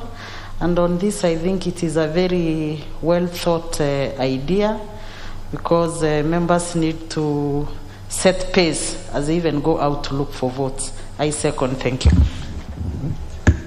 So then, therefore, I propose a question which is a provision, pursuant to provisions of Standing Order 97-4. This House orders that the debate on any motion for the sine die adjournment of the House, in accordance with the calendar of the House, shall be limited as follows. Maximum of 4 hours for the entire motion, with not more than 5 minutes for each member speaking, except the mover and the mover, the leader of majority party, the leader of minority party, who shall be limited to a maximum of 15 minutes each, and that priority shall be accorded to the leader of majority, the leader of minority, and the deputy speaker in that order, and further that at the expiry of time allocated for the motion, the House shall adjourn without question put, pursuant to provisions of Standing Order 28.3, which is calendar of the House. I put the question, which is that pursuant to provisions of Standing Order 97-4, this House orders that debate on any motion for the sine die adjournment of the House in accordance with the calendar of the House shall be limited as follows. A maximum of 4 hours for the entire motion, with not more than 5 minutes each for the member speaking, except the mover, the leader majority party, and the leader minority party, who shall be limited to a maximum of 15 minutes each. That priority be accorded to the leader majority party, the leader minority party, and the deputy speaker in that order, and further that at the expiry of time allocated for the motion, the House shall adjourn without question being put, and that pursuant to provisions of Standing Order 28.3, which is calendar of the House. Will as many as of that opinion say aye? Aye. Many as of a contrary opinion say nay? The ayes have it. Next order. Order number 19, procedural motion. Consideration of certain business received during the recess period. Honorable Speaker, I beg to move that notwithstanding the provisions of Standing Order number 41 and 42 relating to conveying of messages from the Senate and from the President or the National Executive, Standing Orders number 120, 122, and 126 relating to publication, procedure upon publication, and first reading of bills, and Standing Order number 210-2 relating to the tabling of statutory instrument. This House orders that during the short and long recesses of the 6th session, 1.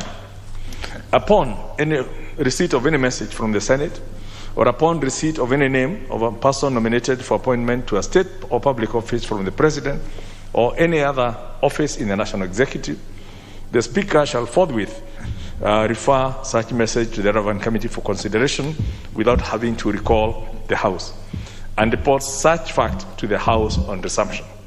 Number 2, upon receipt of any message relating to the Senate amendment to a bill originating in the National Assembly, the Speaker shall forthwith refer the schedule to the Senate amendments to the relevant committee for consideration pursuant to the provisions of Standing Order 145, which relates to Senate amendments to bills originating in the National Assembly, and report such fact to the House on resumption.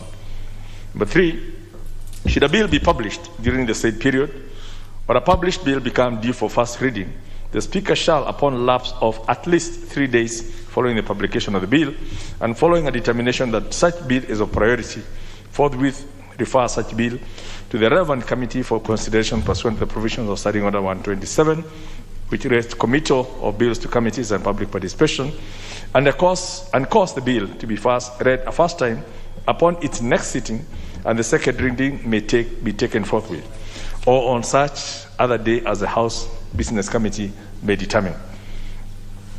Number 4, should any statutory instrument be transmitted for tabling before the House during the period, the Speaker shall, following a determination the statutory instrument is of priority, forthwith refer the statutory instrument to the relevant committee of the whole for consideration, and cause the statutory instrument to be tabled in the House upon its next sitting in accordance with the provisions of Section 11 of the Statutory Instrument Act number 3 of 2013. And lastly, number 5, should any paper be transmitted for tabling before the House, the Speaker shall, following a determination the paper is of priority, forthwith refer the paper to the relevant committee for consideration, and cause the paper to be tabled in the House upon its next sitting. Honourable Speaker and members will be aware that we might be expecting a couple of recesses, a short one, a long one, and depending on how we work on the calendar of the House, during those recesses, any business that comes, this motion, once approved, will guide the manner to be processed so that there is continuity even when the House is on recess. And the House Business Committee deliberates on this. We usually bring this motion just before going on recess, but we thought we might as well do it upfront so that by the time we are going to the next recess, we don't have to then reconsider this motion unless there's any specific change to it that members would need to be approved. So that this now will cover all recesses that will take place during this 6th session, rather being brought as and when we are going on recess. And it again is consistent with what we've been doing in the past. And I beg to move and request, I saw him, the Honorable Geshimo, to second. Mr. Speaker, I beg to second.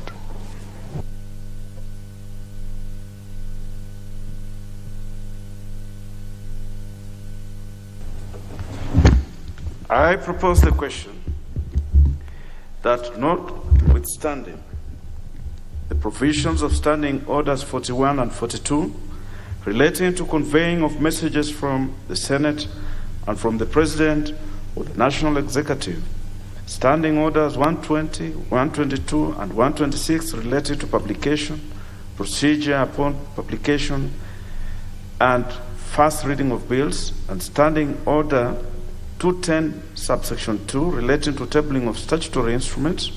This House orders that during the short and long recesses of the 6th session, 1.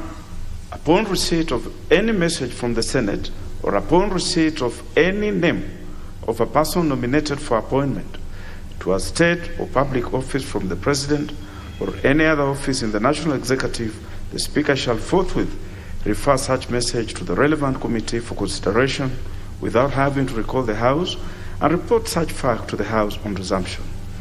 2. Upon receipt of any message relating to the Senate's amendments to a bill originating in the National Assembly, the Speaker shall forthwith refer the schedule of the Senate amendments to the relevant committee for consideration pursuant to the provisions of Standing Order 145, Senate amendments to bills originating in the National Assembly, and report such fact to the House on resumption. 3. Should a bill be published during the said period or a published bill become due for first reading, the Speaker shall, upon lapse of at least 3 days following the publication of the bill and following a determination that such bill is of priority, forthwith refer such bill to the relevant committee for consideration pursuant to the provisions of Standing Order 127, committal of bills to committees and public participation, and cause the bill to be read a first time upon its next sitting, and the second reading may be taken forthwith or on such other day as the House Business Committee may determine. 4. Should any statutory instrument be transmitted for tabling before the House during the period, the Speaker shall, following a determination that the statutory instrument is of priority, forthwith refer the statutory instrument to the relevant committee for consideration and cause the statutory instrument to be tabled in the House upon its next sitting in accordance with the provisions of Section 11 of the Statutory Instruments Act number 3 of 2013, and should any paper 5. Should any paper be transmitted for tabling before the House, the Speaker shall, following a determination that the paper is of priority, forthwith refer the paper to the relevant committee for consideration and cause the paper to be tabled in the House upon its next sitting.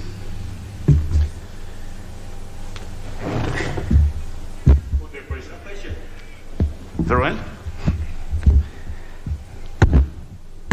Honorable members, I now put the question that, notwithstanding the provisions of Standing Orders 41 and 42 relating to conveying of messages from the Senate and from the President or the National Executive, Standing Orders 120, 122, and 126 relating to publication, procedure upon publication, and first reading of bills, and Standing Order 210-2 relating to tabling of statutory instruments, this House orders that during the short recess and long recesses of the sixth session, 1.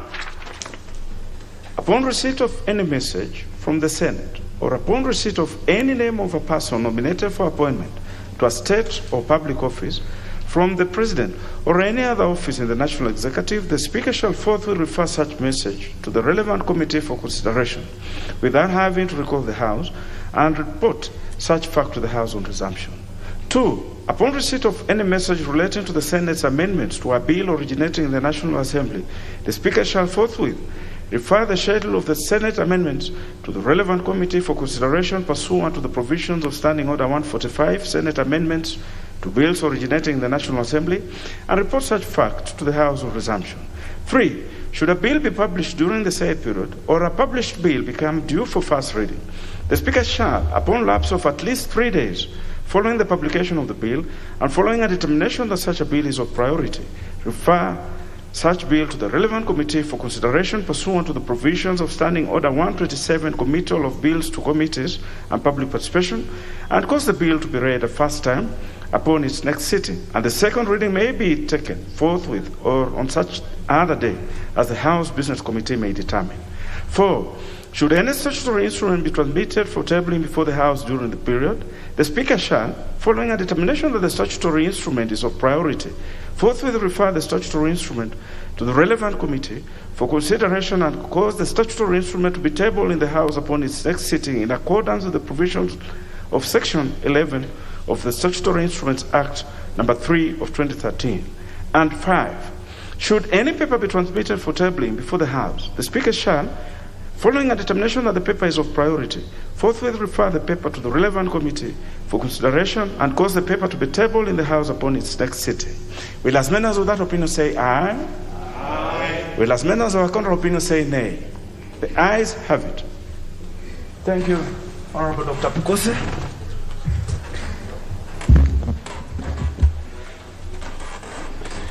Next question.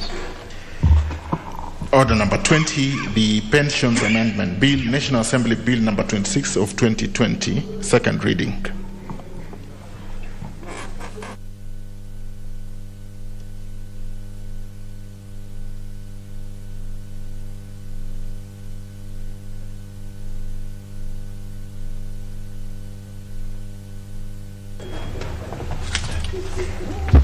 Honorable members, this business had been transacted on the 10th of November 2021, and now there remains a balance of time for its consideration of 50 minutes.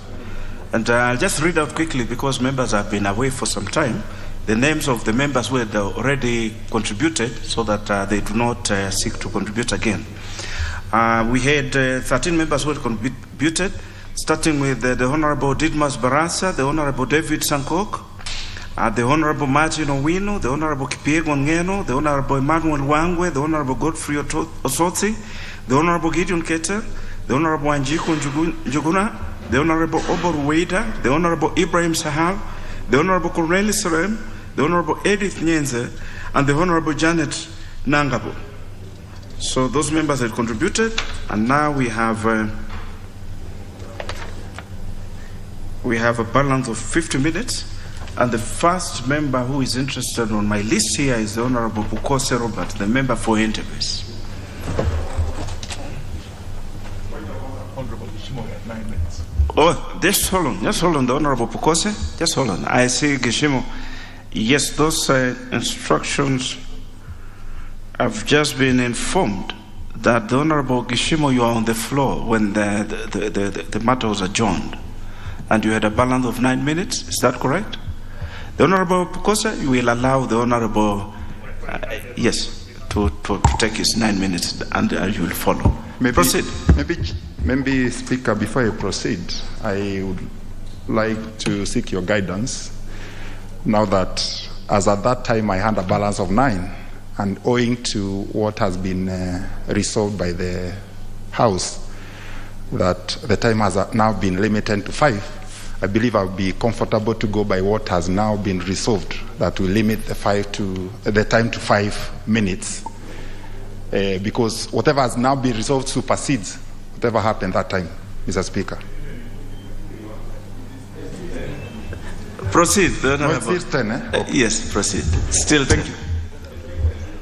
But you can do 5 if you choose to do 5. Yeah, I'll do what I can, because do what you can. It's only one amendment. Yes.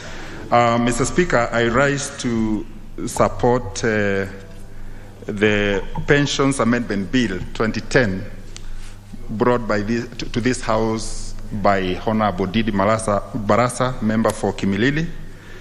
And Mr. Speaker, this bill addresses the problems and concerns of almost all the constituents represented in this House. We've one or many other occasions been approached by the constituents who would like us to follow up for their pensions, which are usually stuck along the way from their employer to the payer. And Mr. Speaker, when a time has been given for the payment of the pensions, this will bring a lot of prudence to the employers, and especially those who work in the government, because this bill addresses those people who work as public officers. And Mr. Speaker, by the time someone is being employed, that time the retirement date is also known, because public officers work for a specific time to retirement. So it's upon the employer and the government in this case to start preparing the pensions for the retirees in good time, to avoid an indefinite time as the law provides now. People go even for years. I have had teachers come to my place so that I can follow for their pensions. I have had chiefs, sub-chiefs, and many other employees. Mr. Speaker, that is why I'm here to support this bill, so that the 90 days provided for the payment of the pension must be followed by the government in terms of the payment of the pensions to the retirees. And maybe one more thing that we need to do, probably with the discussion with the owner of the bill, is we also put a recourse or a reprieve should that period not be adhered to for the payment of the pension to the retirees, so that there has to be a penalty, or the retiree ought to earn an interest or something to compensate for the failure to comply with the law as it is being proposed.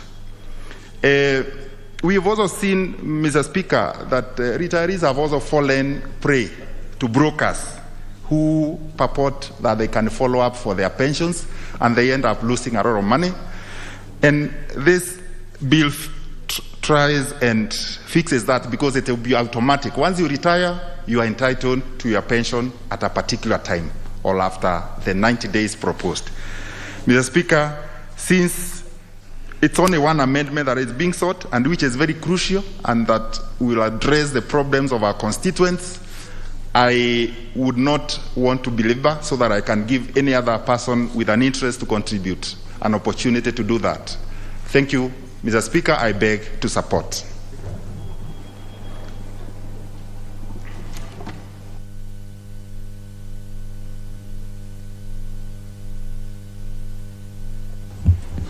Mike seems to have a problem today, but we'll find a way.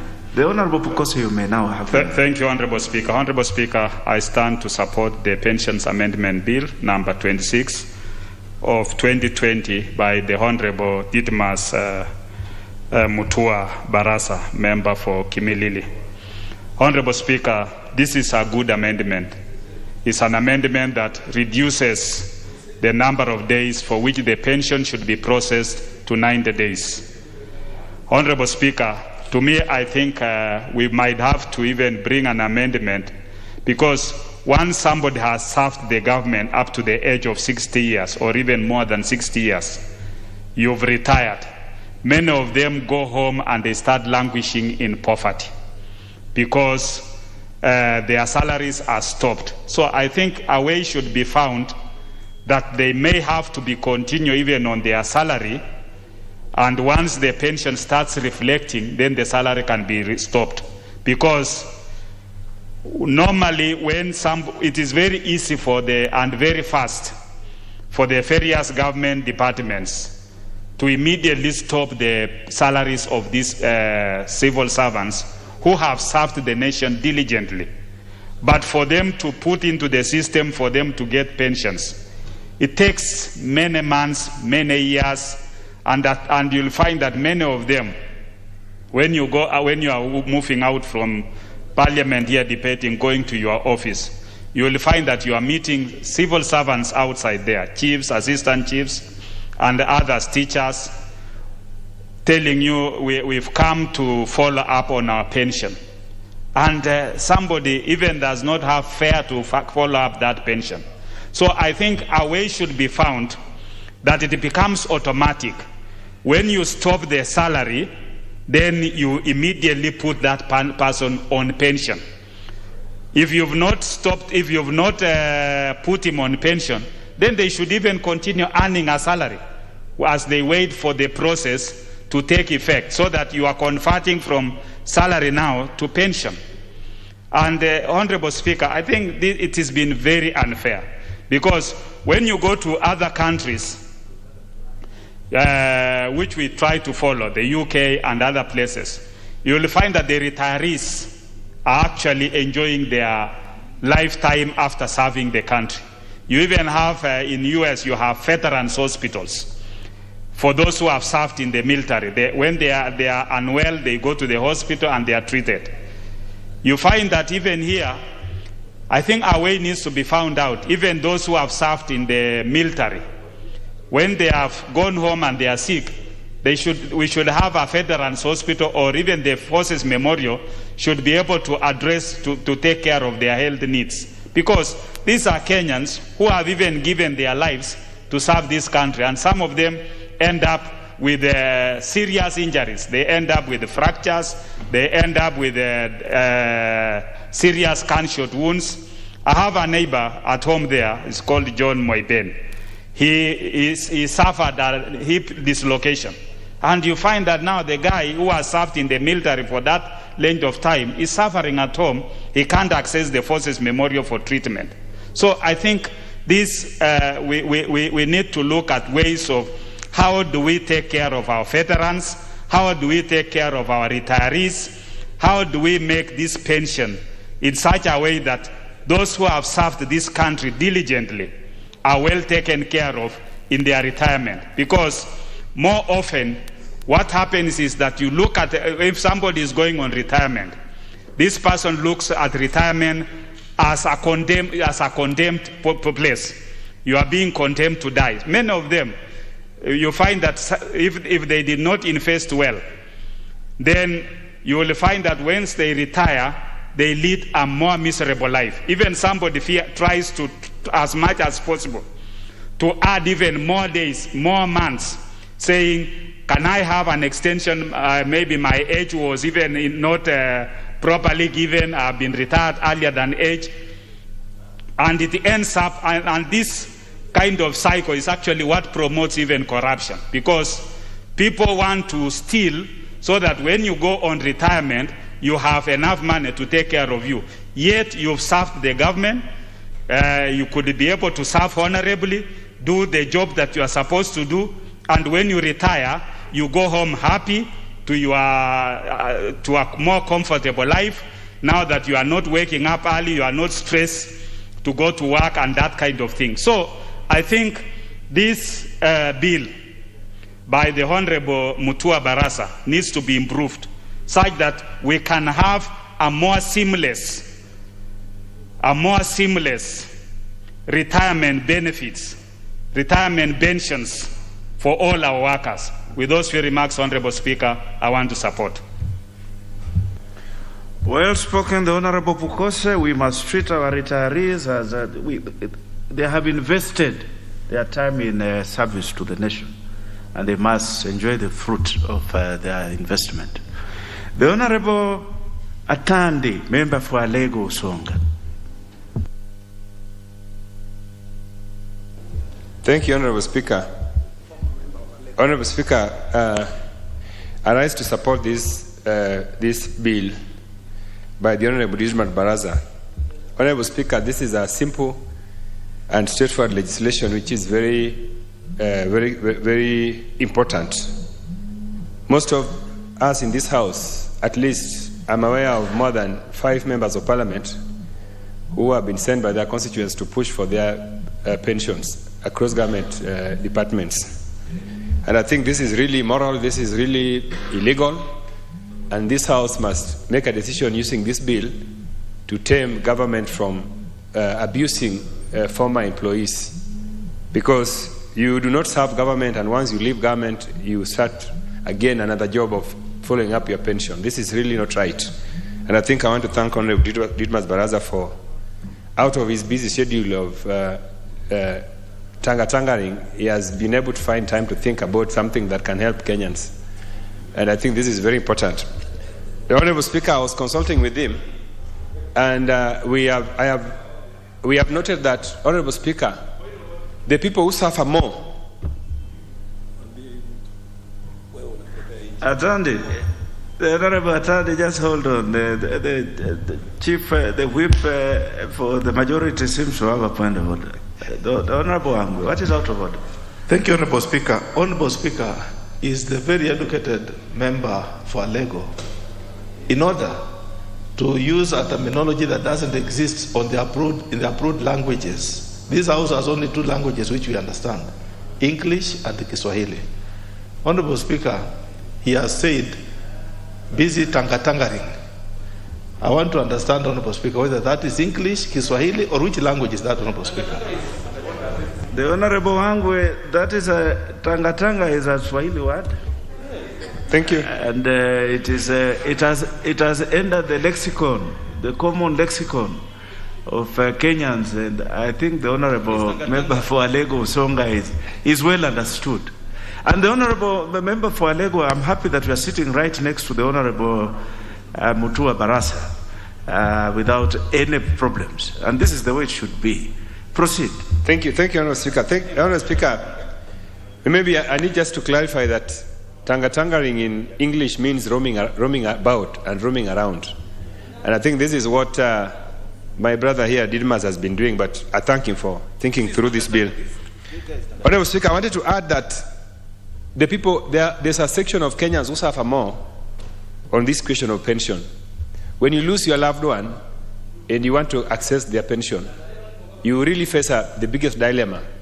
I have been privileged to follow up some pensions for some of my relatives who passed on. Honourable Speaker, this is something that you really cannot be able to access in this government. And therefore, I've agreed with Honourable Baraza that we are going to introduce an amendment to include beneficiaries of pensioners so that they also be able to access their pensions in less than 3 months as been proposed in this bill. Honourable Speaker, thank you very much. I cannot overemphasize the importance of this bill. As I've said before, this bill is very, very important. We cannot have government mistreating their former employees, and this bill is going to cure this anomaly. Thank you, Honourable Speaker. I support.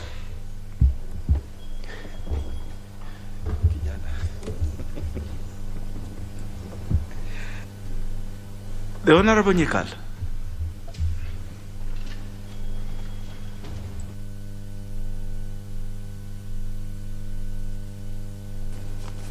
Thank you, Mr. Speaker, for giving me an opportunity to contribute to this bill. Mr. Speaker, let me start by congratulating the mover of this bill because it touches on all of us and on everybody in this country at one point or other who is employed. Mr. Speaker, the bill seeks to put limitations on the time taken to pay a person from the time they retire. And this is extremely important, Mr. Speaker, because the current practice is delay and delay and delay. People take a long time before they get their retirement benefits after they go home. And further still, there is a lot of uncertainty as to whether they will be paid.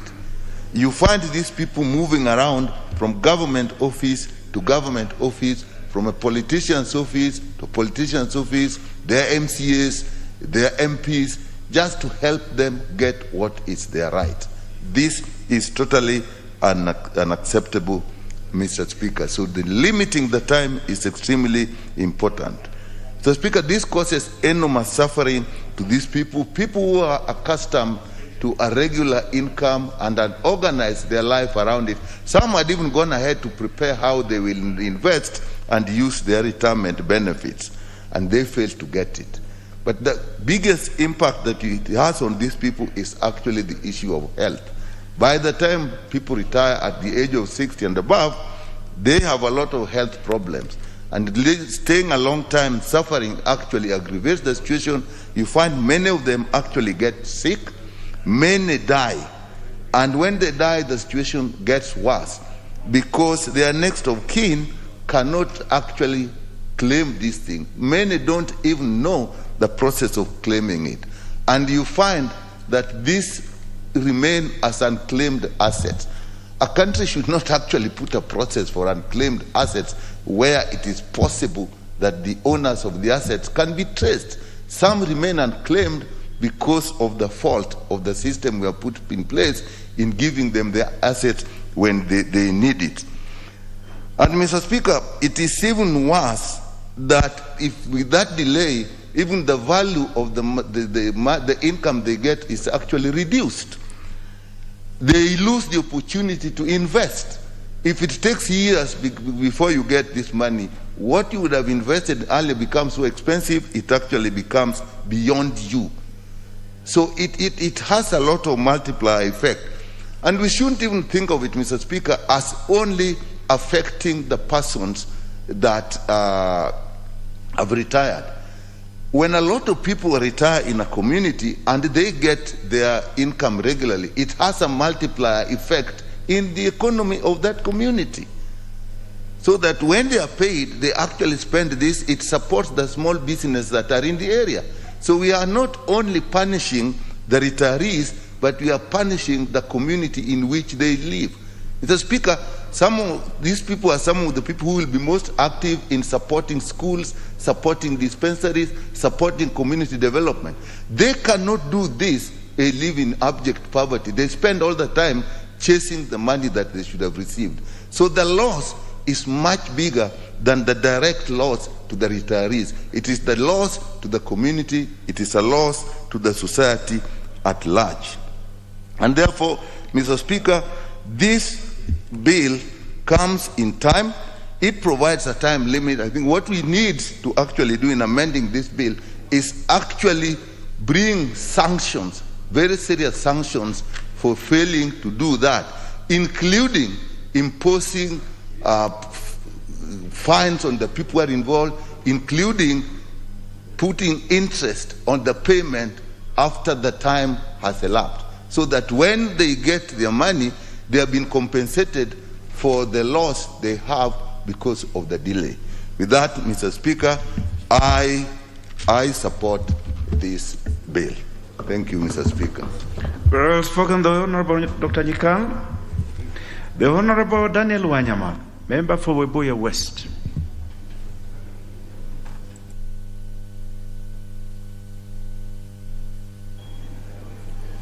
Thank you, Mr. Speaker.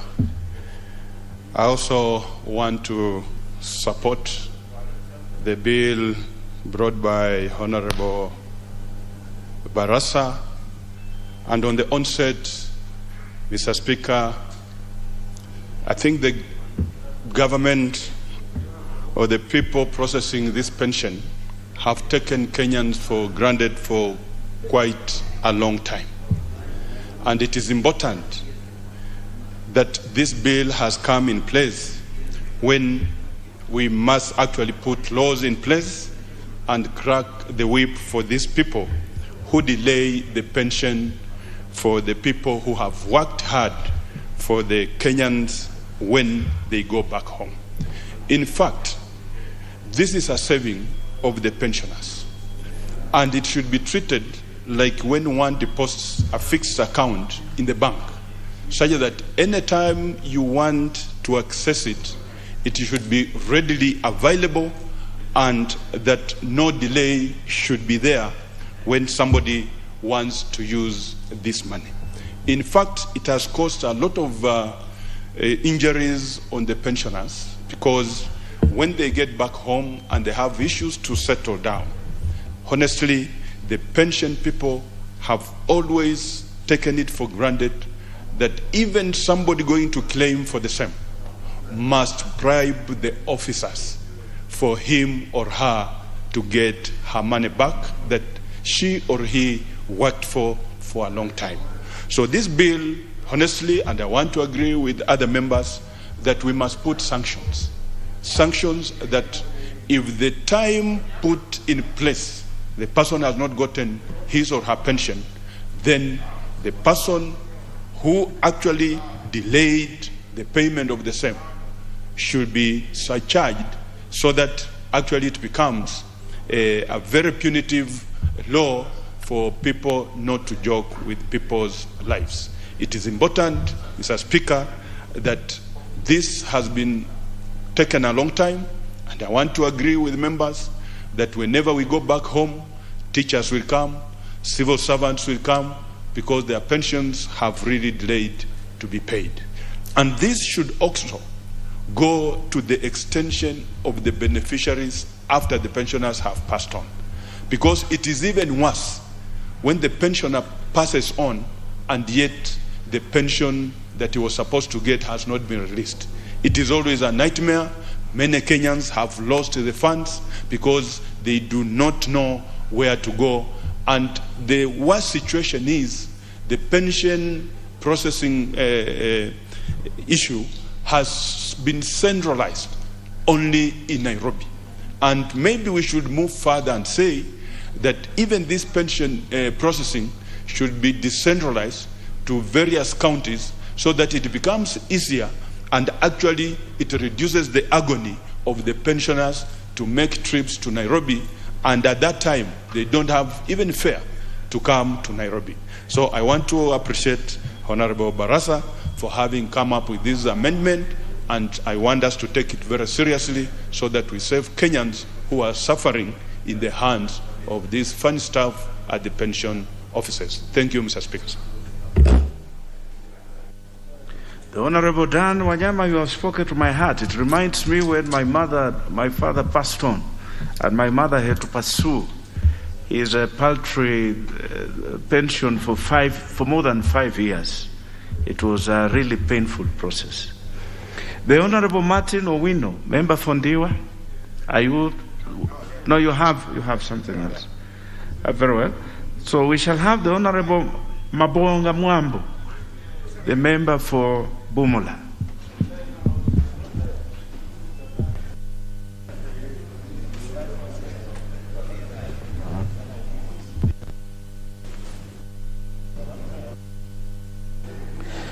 Well, thank you, Mr. Speaker.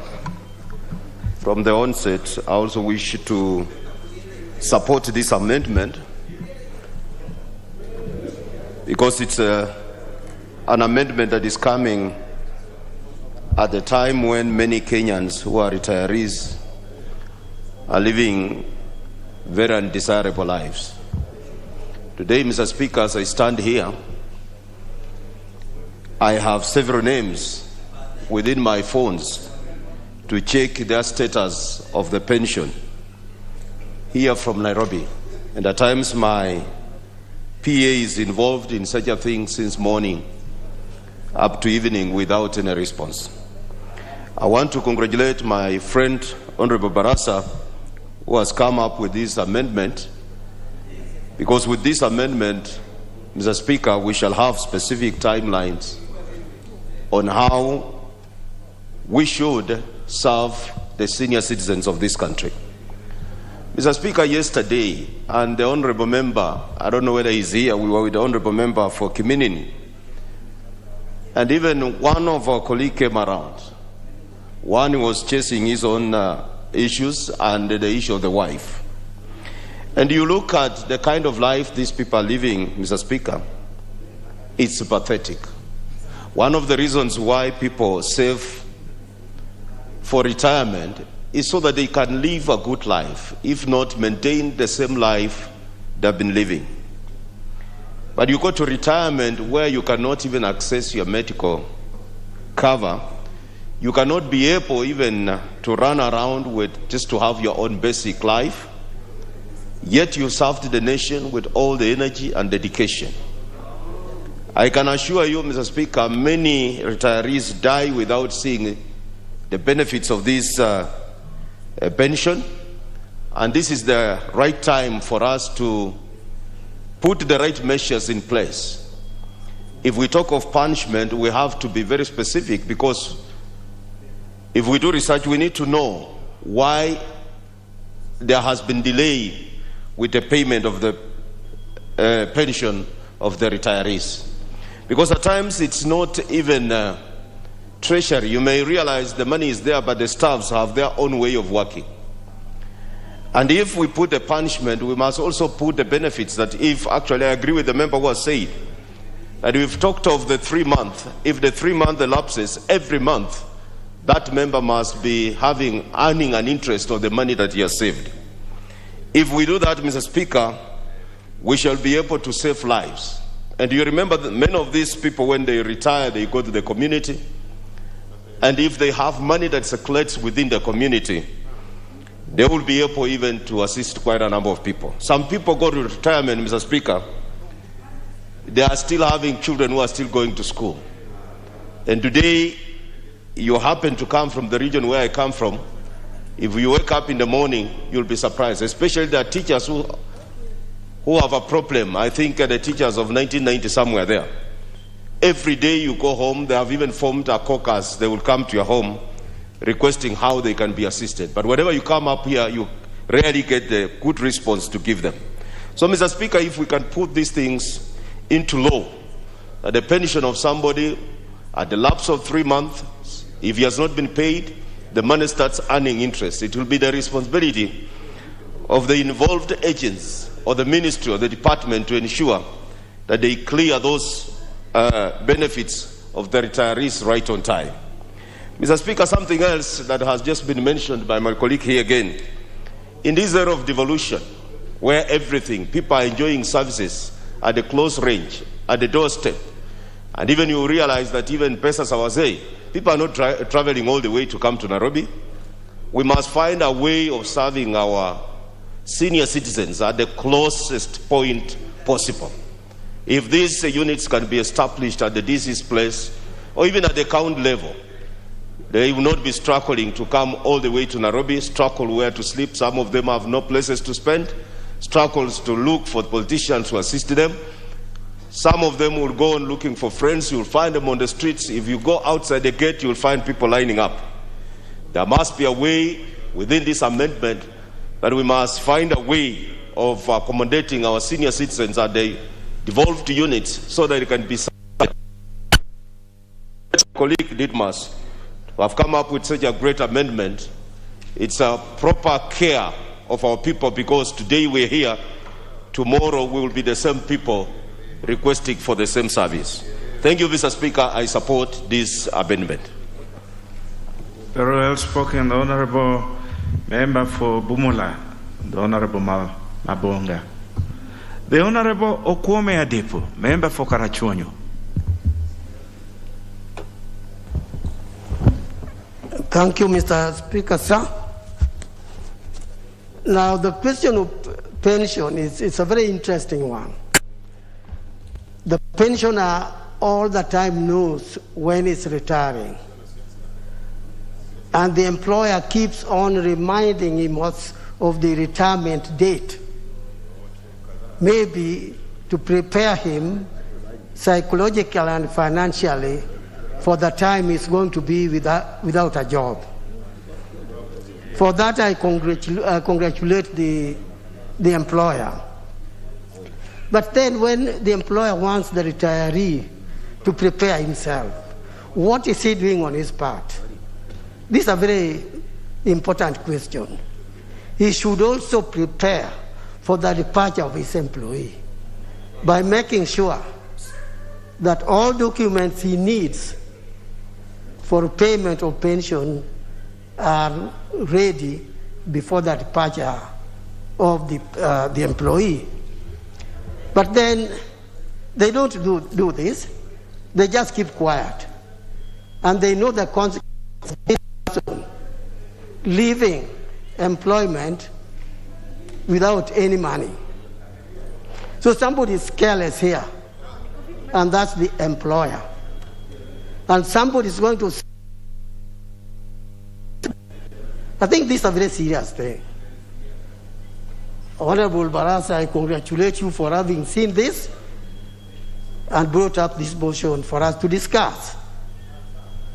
I want us to put a lot of emphasis on this so that when the employee is as careless as to ignore what's going to happen to this person who has given his best of service, if this employer does not bother what happens thereafter, he should pay a penalty for it. But let me turn back to the employee. If he's departing before his payment is ready, I agree with my colleague who suggested that he should remain on the payroll until the pension touches his bank account.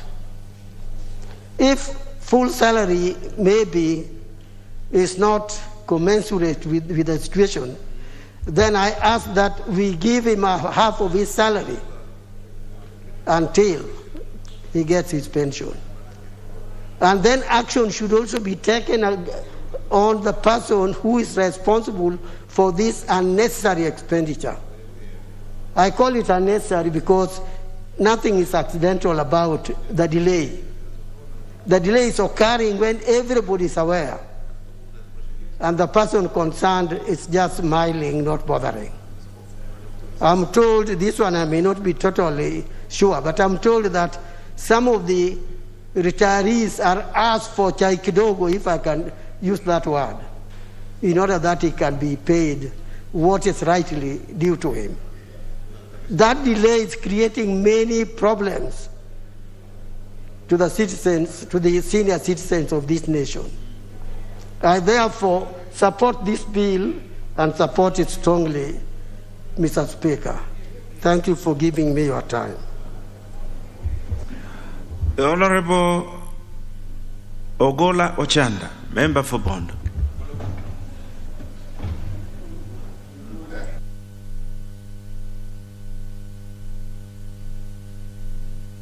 Okay, thank you, Mr. Speaker. Mr. Speaker, from what I've been hearing most of members say, it's like pension is a favor. Pensions are not favors. Immediately one is employed under pensionable terms, that person starts paying himself. He contributes to this fund from day one to the end of his date when he's retiring. So it is actually your money. It is not a favor. So any other employer, or including the government, when they are treating pension as though it is a favor, is really, really, really absurd. Because you pay a bit, and the government, your employer, also pays a bit. So when the point at when you are retiring, every employer each year knows how many of their staff are retiring. Much more early, they know. And when they get to know that so and so is retiring in this year, definitely the preparation for that person's pension needs to start. So this idea that you want to wait until somebody is retired, until he goes home or she goes home, is when you start processing the issue of pension, I think is not right. And this is something that needs to be done much more early. The employers need to be updating all these things much more early, because retirement is not an accident. Retirement is very clear. There is a date, and every employer knows when each one of their employees are going to retire. So it is not a favor, it is a contribution. And the problem that has been there, if it has been the part of the employer that has been having a problem, then immediately the payment of the part of contributions that have been done by the pensioner himself or herself needs to be paid immediately, because that is his money or her money. So if you put it together now with the contribution of the employer and then it starts taking too long, then I think there's a problem. So the whole idea of 90 days is fine, but I think it's not good enough, because we are treating this as though pension is really a favor, and it is not. The other thing that has been alluded to, there is double tragedy in terms of handling or chasing issues of pension by beneficiaries when a pensioner dies. That's now another big hurdle. Yeah, it has been alluded that it is really a big issue, and I think we need to be very clear that when issues of pension on death needs to be arranged in a manner that we put the other assets aside, and these are supposed to be quick recoveries, things that beneficiaries needs to recover very quickly, other than waiting for too long. And you can imagine, if a pensioner is alive, it's not easy to get his money. What of when he is dead? So Mr. Speaker, I think when we are talking about this, we need to be very serious that people are suffering. There are people who worked with Kenya Railways, I don't know which years. Many of them have not been paid. There are people who have been teachers for a long period of time.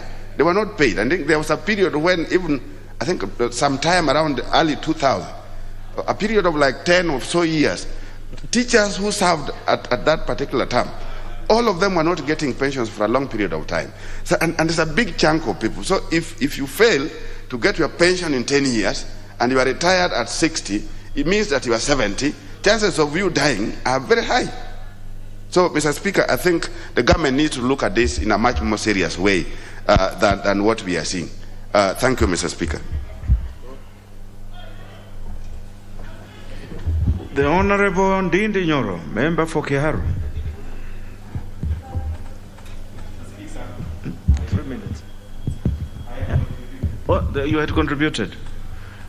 Then that opportunity will go to the Honorable Yusuf Haji, member for Mandera. Thank you, Mr. Speaker, for this opportunity. I also thank sincerely my colleague, Honorable Baraza, for having come up with this amendment, which is very timely. Actually, pension delay has become very chronic. I know of members, pensioners who have stayed even 6-7 years waiting for their pension. And because of the stress, because of having stress of waiting for that money, many of them die or they get even very serious chronic illness. And by the time they get their pension, if ever they get before their death, it will not even help them. Therefore, many of them die without getting. And this system of pension, of centralized pension, that every pensioner must come to Nairobi to look for his or her pension, is a serious problem that needs to be looked at. Why can't we or the government decentralize the pension processing points? Even if the payment is ultimately in Nairobi, but at least the pension processing points need to be decentralized to as low as maybe sub-county level, so that a pensioner can go to the sub-county pension office and process all his papers there. Whatever is missing is asked while he's there. He or she supplies it, and by the time it's sent to Nairobi, then it's only a matter of payment. And this is what's supposed to be done. NSSF does it to some extent, actually to the regional level at least. And why can't the centralized retirement pension schemes system don't do the same? Some people even fear to continue working until they reach retirement age. They fear because by the time they retire and their pension will not be available, they know that they are going to suffer, and hence they retire, or some of them leave the job and look for an alternative livelihood before they reach the pension age, just because they know that pension will delay and they'll suffer. My recommendation is that, as my other colleagues have said, pension must be paid within 3 months. And those 3 months, pensioners should be paid their full salaries until they get their pension in their account. Because how else do you expect for somebody to survive? Somebody who has worked for this government for 30 years, 35 years. The only way that person can survive, and the only way we can be very fair as a government, is that the pensioner should be paid full salary until his or her pension reaches his account. That is the time the salary is supposed to be stopped. But now, what is happening is salary is stopped, pension is not forthcoming, and therefore the person suffers throughout. Corruption is another problem. Somebody who has been a teacher maybe for 30 years, having retired, has nothing, maybe comes looking for his pension here in Nairobi. The person is already suffering because of expenses like hotel bills. The Honorable Yusuf, we've been caught by time. Pardon? I'll ask you to wind down in a minute so that Okay. So my strong recommendation is that let us pay pensioners their full salaries until their pension is in their account. Thank you so much. Very well, honorable members, the time for this has run. It is now to call upon the mover to reply. The Honorable Mutua Barasa. The Honorable Mutua Barasa, before you dive in, you have two ways to go about it. You can donate some time to members if you choose to, but if you choose to speak, then you will not be able to donate the remainder of the time. So you need to decide that before you start. Thank you, Honorable Speaker, for giving me this opportunity to move. And before I proceed, I will want to donate 2 minutes to Honorable Kioni, 1 minute to Honorable David Ocheng, and 1 minute to Honorable Badi, Member of Parliament for Jomvu. So they will finish, then I will wrap up. So that's very orderly. The Honorable Kioni, proceed. Thank you, Mr. Chairman. I thank the mover of this motion for bringing a very important motion to this House. This is a very important issue. It affects us across the country, and it is important that it is brought to the attention of Parliament, I hope, and of government. I hope, again, this is not a bill that we will waste its time on the floor of the Senate.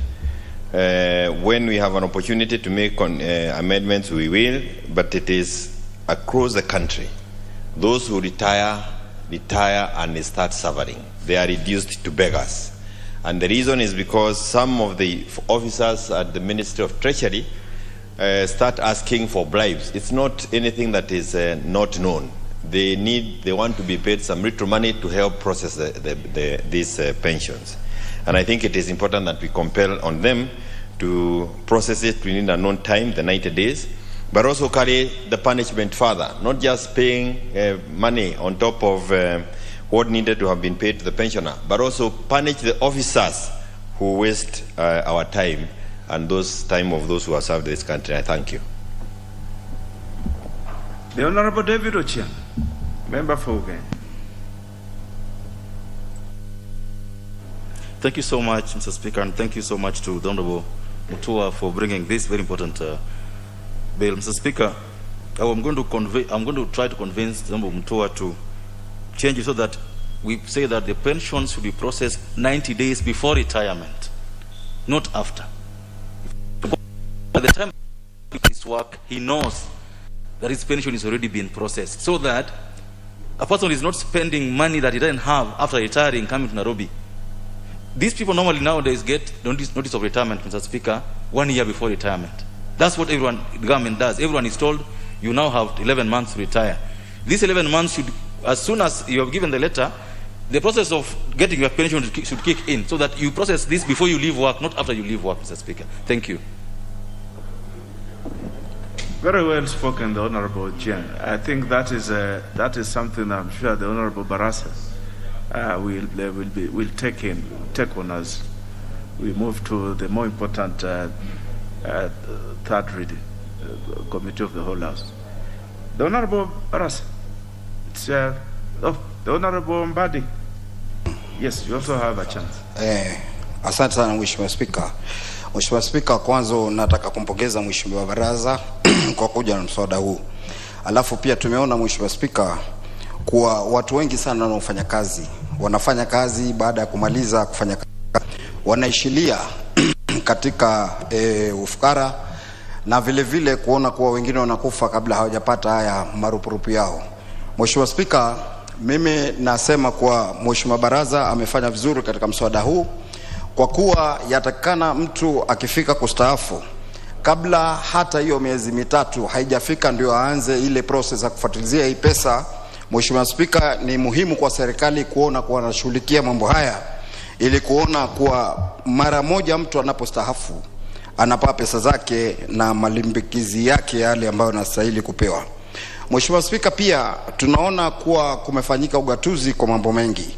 Kwa hivyo pia katika haya marupurupu ingekuwa bora zaidi, pia badala wao kuja kuhangaika hapa Nairobi, watu wajui maofisi, wanapata shida, hawana mahali pa kukaa, ni muhimu yule anayestaafu ikiwa yuko katika region fulani, pesa zake awe anaweza kuzipata huko. Kwa hivyo Mheshimiwa Spika, anapongeza Mheshimiwa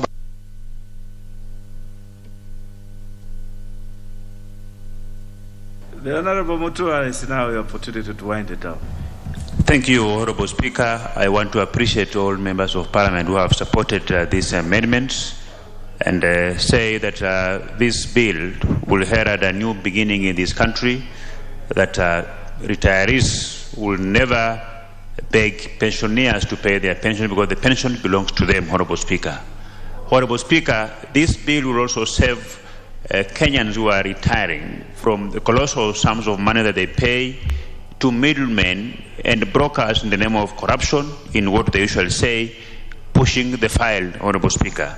Honorable Speaker, I have noted the concerns of many members of Parliament, notably being that we consider during a committee of the whole House to do an amendments to ensure that the preparation of this pension should be done before somebody retires, and also consider introducing a penalty to compel the pension schemes to process their pensions as stipulated in this law, Honorable Speaker. Honorable Speaker, I want to urge Kenyans that this House holds their interests dear, and that we will do everything possible to ensure that this bill, this House approves this bill, and once signed into law, we will also continue to monitor its implementation and propose further amendments in future to ensure that there is no Kenyan man or woman who will suffer because of their pension, and that after they have retired, they must get their money to continue servicing the loans that they have. They must get their pensions to continue also paying for their own insurance, the medical insurance. As you all know, that people retire at the age of 60, some at the age of 70, and there is not rocket science that one has to apply to know that this particular officer is retiring at this particular time. So this bill will come to cure so many problems. I know there are people who have died before accessing their pensions. I know we have people who have been auctioned before they access their pensions. And the reason why we have introduced a pension scheme in this country is to ensure that upon retirement, they will use this pension money to set up their business. Some will become consultants, but all those wishes disappear because of those kind of things. Hold on, the Honorable Barasa. With these very few remarks, Honorable Speaker, I reply. Very well. The Honorable Badi Twalib, you do not seem to have a mask at all. The Honorable Mbogo, member for... Yeah, it is not supposed to be in your pocket. Just wear it. We still require to have masks in the House. So members, just let us be cautious. We are at that age when if something happens to you, you never know. Let's just stay on the cautious side. Let's wear these masks as much as possible. The Honorable Barasa, thank you for this job well done, and this is something that is really exciting, and the purpose of this House to make the life of citizens, and especially those who are vulnerable like the retirees, a little comfortable. If we make it difficult the way we have currently, I don't think we are doing a good service to the country. So it is a good proposal from you. Thank you. I will not move on to the next stage. I will direct that that will be undertaken at the next time this matter will be listed, so that the question could be put. I direct that we move to the next business on the order paper. Order number 21, the Community Health Workers Bill, National Assembly Bill number 30 of 2020, second reading. The Honorable Martin Owin, member for the... Thank you, Mr. Speaker. Mr. Speaker, before I move this bill, I have to express my joy that after almost 2 years, this bill have seen some light at the second reading. I also want to thank the Majority Whip, who has been very passionate to ensure that in the business meeting, Mr. Speaker, this bill remains steady Thank you so much, Honorable Wangwe. I want to also thank 89,000 community health workers across the country who have been asking me at least to move quickly with this bill. And that said, I also want to thank our health committee, led by Honorable Sabina Chege, who went through this bill and made some amendments, which I will be alluding to. And also Dr. Nyikal, who made several community health policies, which were supposed to be implemented by this unrecognized cadre, and as well as the entire workforce, which I can call colleagues in professional medical care. So, Mr. Speaker, I rise to move the Community Health Workers Bill, National Assembly Bill number 30 of 2020.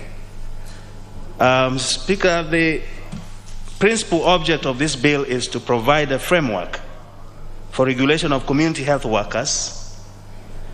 Also, the Health Act 2017 in the first schedule recognizes community health service at level 1. Mr. Speaker, our healthcare structure system is from level 1 to level 6. And what this bill is addressing are community health workers at level 1 and also connecting to level 2.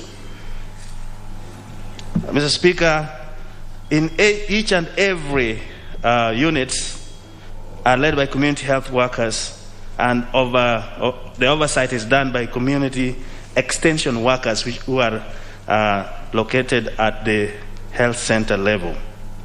This bill therefore provides a legislative framework to make a provision for recognition, training, licensing community health workers so as to regulate their practice and provide for establishment of Community Health Workers Council to coordinate the services. The formation of Community Health Workers Council will help to bring order at level 1 services by facilitating community health workers' identification, nationwide uniforms, and varying compensation or through stipends, and an acceptable resource conduit for donors. I want to emphasize this because right now so many donors, Mr. Speaker, are willing to sponsor, but they are not willing to put money through county governments. So this council will give a conducive environment for donors to donate towards the compensation of community health workers. Mr. Speaker, locally and globally, community health workers are called many names. Some I can say even locally here, Nikaito work in Masai, Nyamrera in Luo, health coach, community health advisors, community health volunteers, family advocates, health educators, outreach workers, peer counselors, patient navigators, health interpreters, public health aid, and so on. But this bill wants to streamline all those names into community health workers. The Speaker, you cannot achieve UHC by volunteers, because these are people who also have their children, who have their needs, the school fees to pay, and they have to be compensated regularly in one way or the other. That's why we prefer, as a matter of name, community health workers and not volunteers. Mr. Speaker, many of the healthcare providers, especially at the county level, fear that compensating community health workers fully is more expensive. But when this bill is enacted and community health workers are empowered and motivated, the cost of healthcare will go down. So I want to allude to those fears that, in fact, investing in community health workers will reduce the cost of healthcare in this country. Mr. Speaker, Article 43 of the Constitution provides that every person has the right to the highest attainable standard of health, which include the right to healthcare services, among other rights. That can only be achieved by the support of a motivated and coordinated community health workers. Today, Kenya is working towards achieving universal health coverage by 2030 in line with the Sustainable Development Goals. A key factor in achieving this goal is the provision of community health services, which will be delivered by this cadre we are talking about. Consequently, Mr. Speaker, community health is a flagship project under Kenya's Vision 2030 and is recognized by Level 1 of healthcare pursuant to the first schedule to the Health Act 2017. Community health workers is implemented through community health units. Mr. Speaker, these units could be also called sub-locations where they operate in. Every community health unit serves about 5,000 people. So each unit is assigned one community health worker, each community health assistant, and 10 community health workers. In short, what I'm trying to say here is that we have a full structure of delivering healthcare services, even up to the household. But what happens is that if you take a sub-location and assign 10, that figure is still higher because it will force the community health workers to care maybe between 50 to 200 people. But what we are trying to do, when this is enacted into an act, that will be structured and more will be recruited and trained and assigned in those locations. The Speaker, health workers who provide preventive, promotive, and curative and rehabilitative system makes the whole care. But the most important one is the one in the lower pyramid of healthcare, and that is services given in the household level. And the person who plays that part is community health worker. Mr. Speaker, the second national health strategy, that is the plan for 2005 to 2010, set out a new approach to health service delivery that emphasizes activities of promoting individual as well as community health to prevent diseases. The Kenya Primary Healthcare Strategy Framework, also 2019 to 2024, further promotes the use of community-based primary health care. Additionally, the third edition of the Community Health Strategy, that's 2020-2025, provides a framework for building the capacity of households to know and progressively realize their rights to equitable, good quality health care and demand services. The Speaker, what this addresses is that if all of us throughout the country can have self-care, can have health-seeking behavior, that means going even to a hospital or to a healthcare facility to be checked up, even when there's nothing wrong. Those attitudes are made at the household level, where community health workers play a greater role to motivate people. No, you cannot self-medicate on this one, you have to go to the hospital. Or you are in prenatal care, you have to visit 4 times before you deliver. All those important decisions are made in the household. And therefore, the motivated community health worker will be a very, very useful tool there.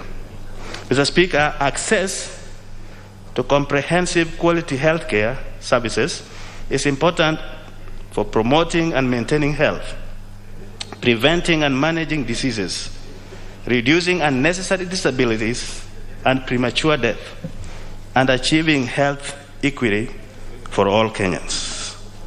Today, why I'm emphasizing that we need to uphold this bill and pass it is that the ratio between those who care or provide health care and the patients are so wide in all health cadres.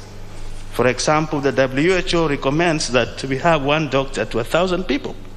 Here we still have one doctor to over 16,000 people. It's not possible. Nurses is 1 to 970. Here, and WHO recommendation is 250. So to bridge the gap, and we are not alone, this is global. In the healthcare system, we have 7.2 million. But what is expected in 2030 is 18 million. So we are not alone in this. It depends on each country how they design and execute their health delivery system. So because there's lack of personnel, even in our rural setting, I know most of you are representing rural folks. You have 2 nurses in a facility. If one goes on training, there's only one. If something happened to that one, the clinic is closed. But the person who is available in the community 24/7 is a community health worker. And I can testify that when I was in Homa Bay, most of the pneumonia and uncomplicated malaria cases were treated at home because they were trained and equipped by UNICEF. So what we are trying to say is that in a scenario, Mr. Speaker, where we are not going to reach the personnel as much as we can, and we should, community health worker is the gap, is the material to fill the gap. If that happens and they are motivated, we will reduce disease progression, we will increase self-care, early detection of diseases really reduces our tertiary care. We will have very minimal admissions because most of the conditions or ailments would have been dealt with primarily at the local level. Even preventive care like cancer. Mr. Speaker, most of our people now appear in a tertiary care at level 3 or 4 when they are almost done. You talk of diabetes when the organs are failing. You talk of blood pressure. Some end with stroke. So the health outcomes without community health workers' intervention when diseases are still at their primary level are costing the healthcare industry a lot of money. So today, Mr. Speaker, I'm happy to report that we have about 9,132 community health units, but we have still shortages of 420 to be organized. We have 89,670 community health workers, but we still have 5,400 to go so that we can have a complete army to address those community health units. The body who will help us to do all this are the council which we are promoting,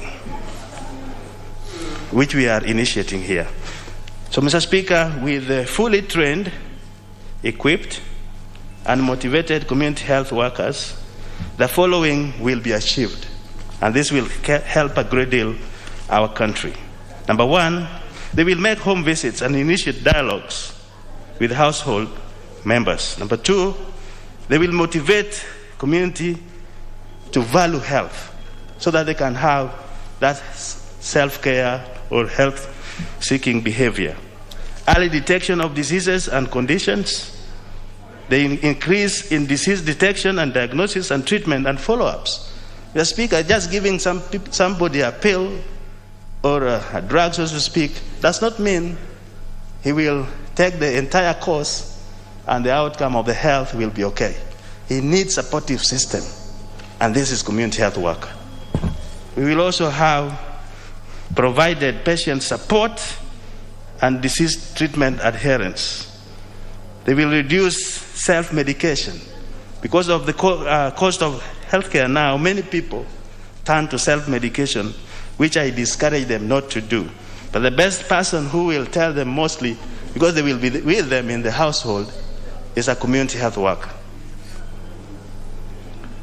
Mr. Speaker, currently we still use old data, but when given phones, this can collect updated data and help us in managing the system. Maternal, neonatal, child Mortality is still high in Kenya, but it has been approved, or it has been known through a lot of research, that community health workers help in significant reduction of these mortalities. Access to undeserved communities, like now we are talking of social insurance. The best person to know who needs an insurance so that he can visit hospital is a community health worker. And of course, that will reduce travel, will reduce cost of care. So, Mr. Speaker, in conclusion, this bill passed through public participation, and we have several admissions. Some came from Ministry of Health, some came from Public Health Officers and Technicians Council, some came from National Gender and Equality Commission.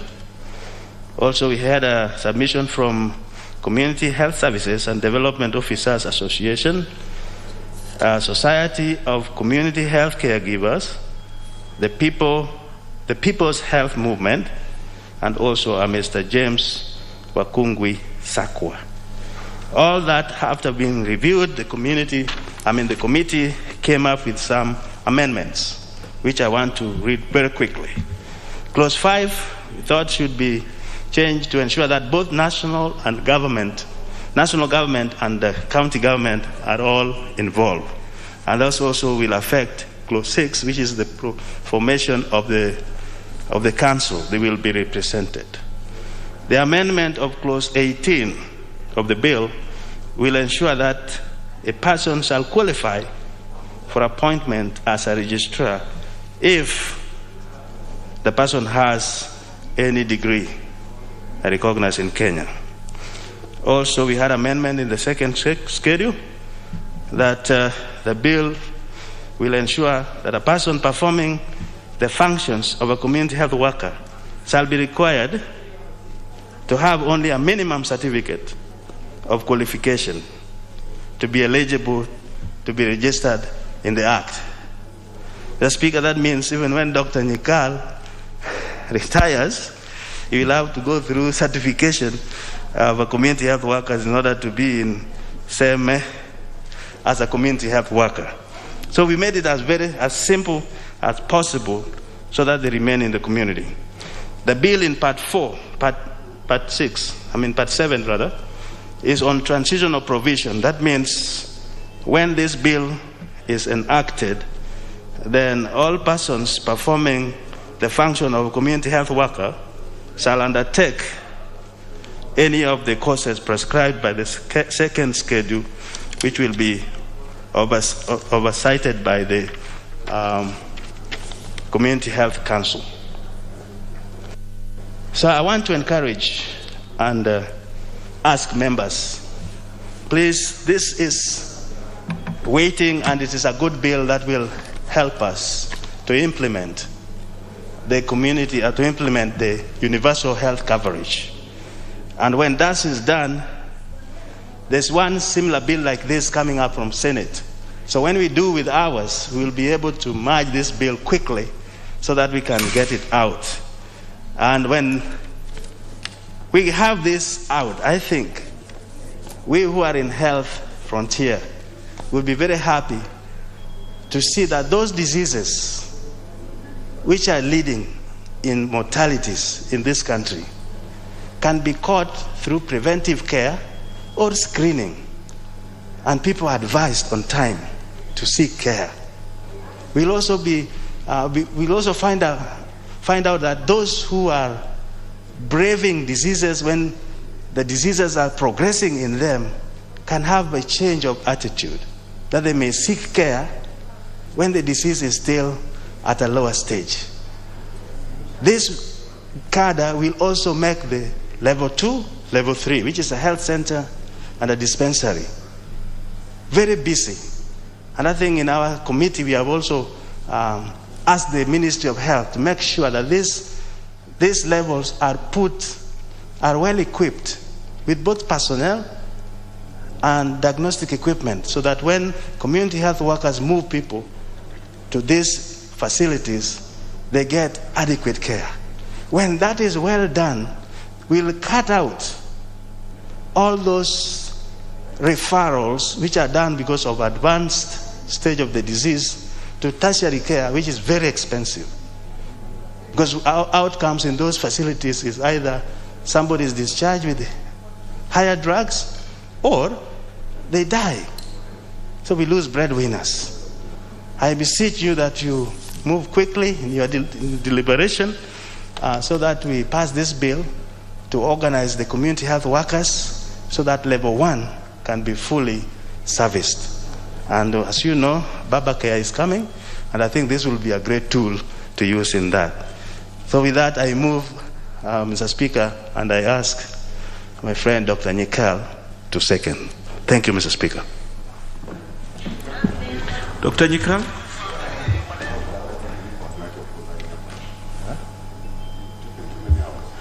Thank you, Mr. Speaker, for giving this opportunity. Let me start by really thanking the mover and the health committee that has worked on this. Mr. Speaker, as I second, I must take time to recognize Professor Miriam Were, Professor Kaseje, the two we start with in 2003 and 2004 when I was Director of Medical Services to actually bring out the community strategy, the basis of which are the community health workers. I think we must give them that appreciation. Mr. Speaker, I stand to second this bill whose objective is to provide a framework for regulation of community health workers, their training, their selection, and the council that guides them. Mr. Speaker, I support because when we started, it was community health workers. Now terms like volunteers have been brought in and bringing confusion. Mr. Speaker, Article 43 of our Constitution provides for a right to health care. And our country seeks to achieve this through the agenda of universal health care. Mr. Speaker, the most important element in achieving the Article 43 provision through universal health cover is prevention of disease, promotion of health, and early recognition of diseases and treatment at that point. The second one is healthcare financing, getting enough money to finance healthcare. And the third is adequate health, human resource health workers. If we implement the community strategy, working with community health workers, this will significantly reduce the cost of health care. So, Speaker, if you catch a cancer when it's still a lump and it is cut out, excised out, you will probably use something less than 100 Kenyan shillings. If you go and now treat it at the fourth stage, you are going to use actually millions and millions and use expensive equipment. So that is one of the best ways to reduce the cost of healthcare is early recognition of disease, prevention and promotion of health. The bill seeks to entrench community health workers as part and parcel of our health workforce. By doing that, it will reduce the requirement of the number of health workers we need. So if we can use this system, reduce the cost of care, reduce the health workforce that we need, that will go a long way. And how do the community health workers do this? Their role is actually, as I've said, prevention, promotion, early detection. But their role is actually working at the community level. People don't get sick in hospitals. People get sick at home. That is where illness starts. And they address the social determinants of health. The things we eat, the places we live in, the areas we work with, so that we address the causes behind the causes. Bacteria will cause cholera, but if you can't have clean water, you will not get the bacteria. So the cause behind the cause is clean water, and that is what they will address, those causes behind the causes, by advising the families. Because all this lie in the community. When people get into hospital, they are sick, it is rather late. So we must address this as community level. Mr. Speaker, the history and the impact of community health workers in other countries have been demonstrated that they are actually cost effective, they reduce the cost of care and the need even for human resource. In Ethiopia, for example, it has been demonstrated quite effectively that putting them as part and parcel of the workforce and supporting them financially reduces the cost. The current director of the World Health Organization, we actually started this thing, we worked together on the community strategy, they went ahead and implemented it, and actually now Ethiopia is benefiting from that. In Kenya, when we worked on it as the basis of the community strategies, at level 1 of the healthcare we have now, level 1 is the community, and that is where all the work should be done. And therefore, we must properly define the community health worker, knowing very well that they are at level 1 in the community where illnesses start, and that is where they have to be dealt with. So we must have a clear criteria, one of their selection. And I'll say, I think we have looked at it in the committee, but the selection must be from the community in which they live. All other requirements will be there, but they must be members of that community. And 2, their definition must make sure they are members of that community and live in that community selected by the community. We will not have a situation where once we define them as part of the health workforce, then we put them into cadres that can be moved from one place to the other, being transferred. When we do that, we lose their value as community health worker. Their value is in the knowledge of the community in which they live, the structure of it, the physical environment, everything they know about that. So as we bring a council as for other health workers who are movable, this we must tie by definition to the community in which they live and by selection by that community. Mr. Speaker, having done that, we must support them. I do not accept the idea that community health workers are called community health volunteers. No, we must work out a stipend. We must work out in our budget how they are going to be supported, because in the end, they'll reduce the cost. Having done that, we must design their training, their skills, and the kits that they need as they move in the community to help with early detection and early treatment. It has been tried. Even during COVID in Siaya, actually they were tried. They were given pulse oximeters and could move around and actually detect the oxygen need of people and say, this person, although he looks well, now will need to go to hospital because their oxygen levels are low. It worked. It was tried and it worked. So we must give them the kits they need in prevention, simple treatment, and 2, they must also be supported by supervision from the level 2, where we have health center, where we have nurses who work with them, public health officers, because them they cover everything. The nursing elements, the public health elements, the curative elements, promotion elements, but they must work with the level 2 facilities so that it is part and parcel of our health system from level 1 all the way to level 6. It must be the first unit, the first base for the national referral system. If we do that, Mr. Speaker, I can assure you the money we put there, we will not regret it. We will achieve universal health cover, and actually will reduce the cost of it. With that, Mr. Speaker, I second this bill. The Honorable Nyikal, it's always enjoyable to listen to you when you speak to these matters.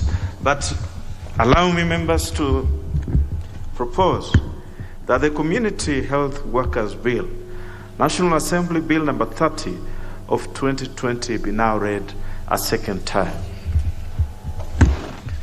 I will give the first opportunity for special reasons to the Honorable Nasir Sharif, member from Vita. Asante sana Bwana Spika, na nachukua fursa hii kuweza kutoa shukrani kwako na kwa bunge zima kuweza kukubali kuomboleza pamoja na mimi binafsi na kwa niaba ya wanamvita. Leo tarehe 2 Februari mwaka 2022, Bwana Spika, nikiwa niko katika mkutano wa kamati, nilipatiwa habari ya kusikitika na kuhuzunisha sana ya kwa katika eneo la Old Town kuna moto mkubwa ambao kwamba ulioweza kutokea na watu 6 wameweza kupoteza maisha yao. Hivi tunavyozungumza kuna mama na mtoto wake ambao kwamba wanapata matibabu katika hospitali iliyoko karibu pale. Ni jambo la hamna badili ya maisha, na hata tukaweza kuzungumza vipi, hakuna njia ya kuweza kuregesha maisha ya wale ambao kwamba walopoteza, na wala hakuna lile ambalo kwamba tunaweza kulisema likawa ni dawa ya lile donda la moyo ambao kwamba liko kwa wale ambao kwamba wameweza kupoteza watu wao, na si watu wao peke yao bali ni watu wetu sisi sote. Na ni kuomba tu Mwenyezi Mungu panapo majaliwa yake awaeke pema palipo na wema.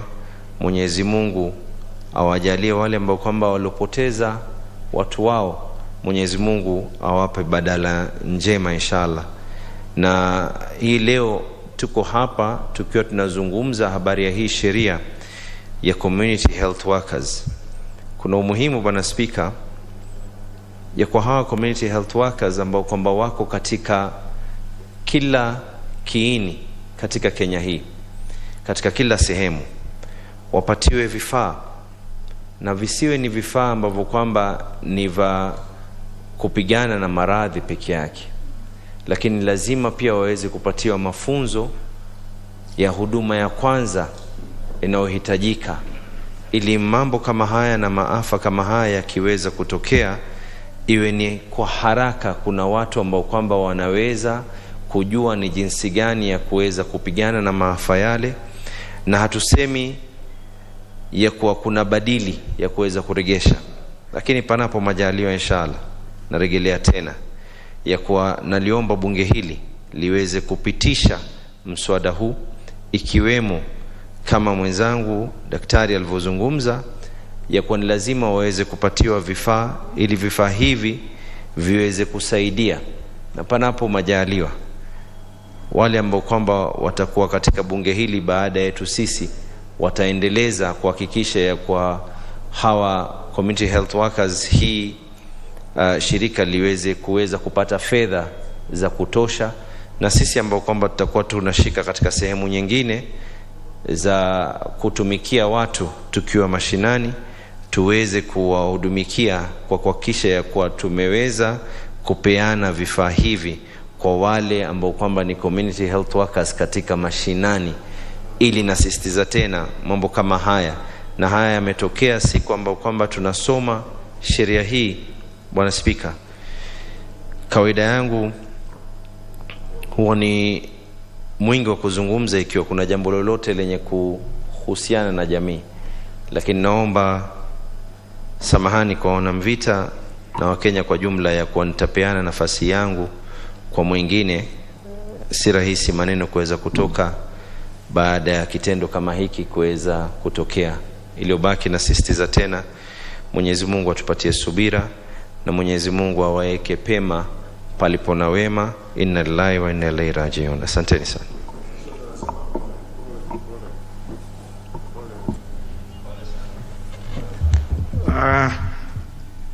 I want to, the Honorable Nasir, I want to profile my heartfelt condolences for those who have lost their lives in this tragedy. And may God help the families at this time and grant them the necessary peace to go through this. I will give the next opportunity to the Honorable Nyoro Ndindi, member for Kiharu.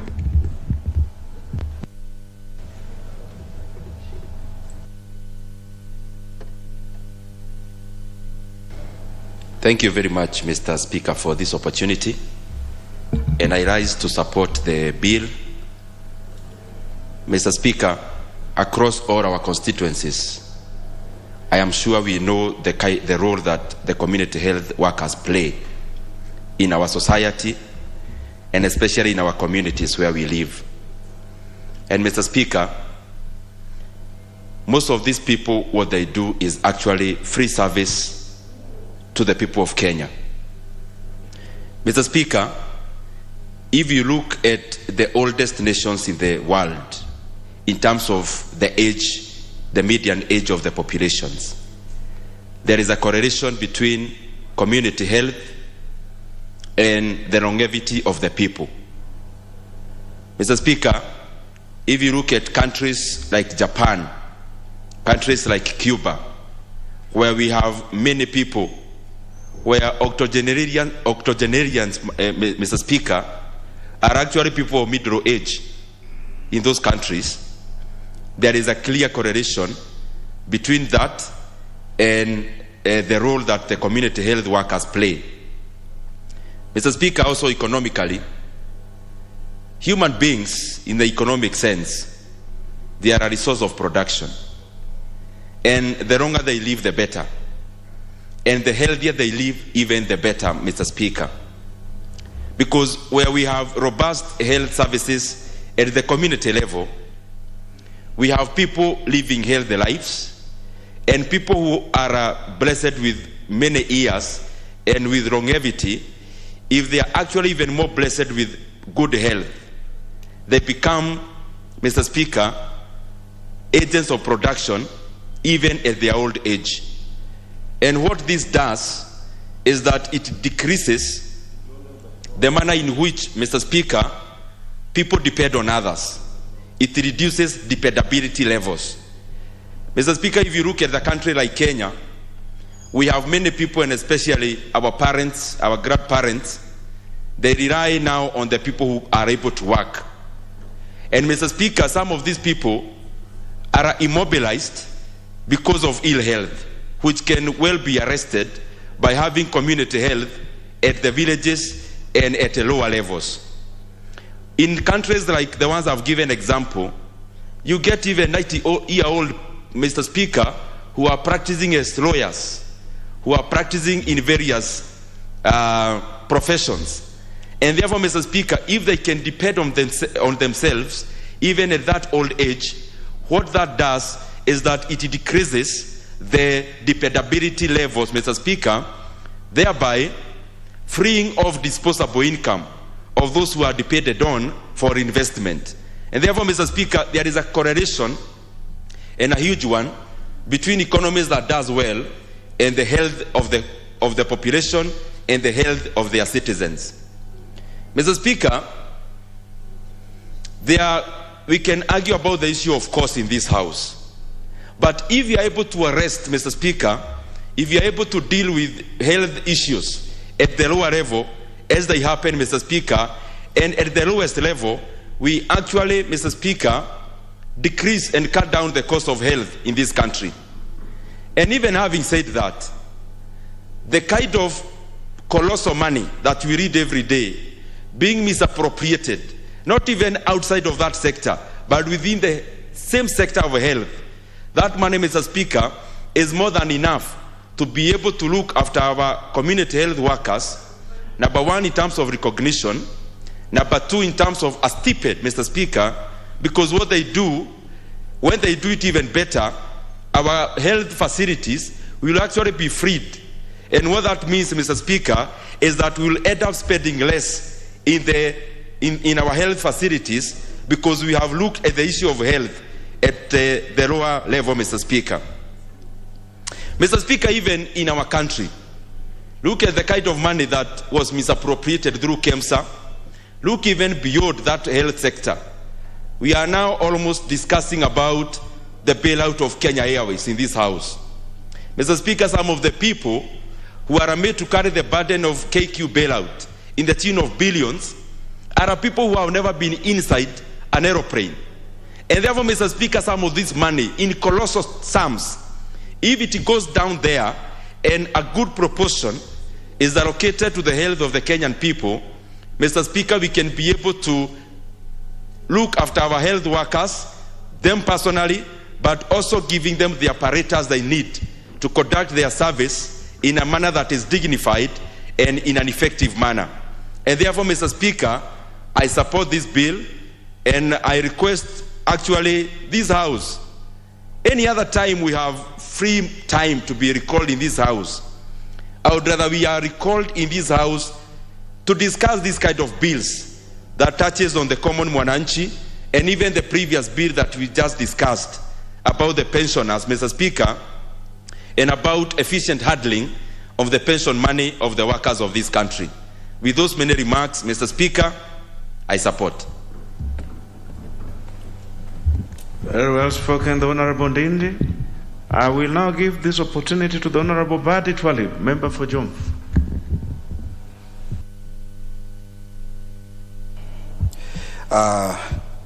Asante sana Mheshimiwa Spika kwa kunipatia fursa hii.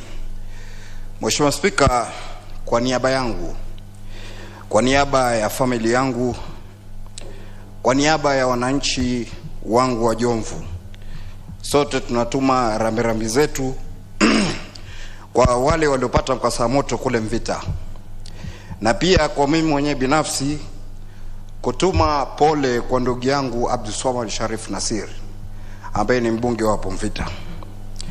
Mheshimiwa Spika, kulingana na mswada huu, ni mswada ambao tunaunga mkono kikamilifu, kwa sababu Mheshimiwa Spika, hawa community health workers ama wahudumu hawa kwa kijamii tunawaona katika sehemu zetu wanafanya kazi kubwa sana, na ni wakati hivi sasa serikali ya Kenya kuona kuwa community health workers wanatengewa bajeti yao na wao pia kuwekewa motisha kwa ile kazi nzuri ambao wanafanya, kwa sababu Mheshimiwa Spika, watu hawa hawalipwi.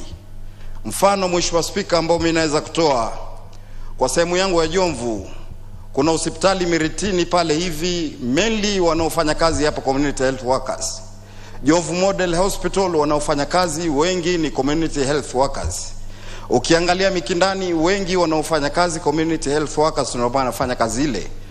Mheshimiwa Spika, kukitokea jambo lolote ama mkasa ama jambo kama hili lilotokea pale Mvita, wahudumu hawa ndio watu wa kwanza ambao tunawaona wanakimbilia katika kuokoa maisha ya wananchi.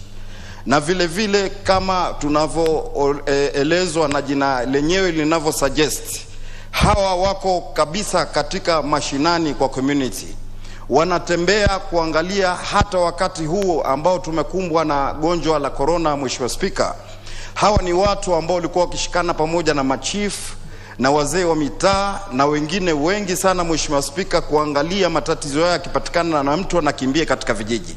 Lakini utagundua katika watu hawa wanaofanya kazi hii hawalipwi, hawapawi motisha, hawapawi nguvu yoyote. Wanafanya kazi katika hali ambayo ni ngumu sana Mr. Speaker, kwa sababu vifaa hawana, na vile vile hata ile time ya kuwapatia wao taaluma ya kuangalia wataweza vipi kuface out these problems ambazo ziko katika sehemu zetu inakuwa ni shida. Wanafanya kazi in a very risky condition Mheshimiwa Speaker. Hawa ni watu ambao leo ukienda katika hospitali yetu kuu ya Coast General Hospital, ukiangalia wengi sana ambao wanasaidia watu pale hivi ni community health workers ambao wanapeleka wagonjwa katika ile sehemu ile. Kwa hivyo kama wenzetu walivyosema, ni wakati muafaka hivi sasa ya kuona kuwa bajeti ya Kenya inatengewa pesa ambazo tunaweza kuona kwa watu hawa tunaweza kuwasaidia. Na Mheshimiwa Spika, nataka kupatiliza katika mswada huu ili pia kuzungumzia wengine kidogo.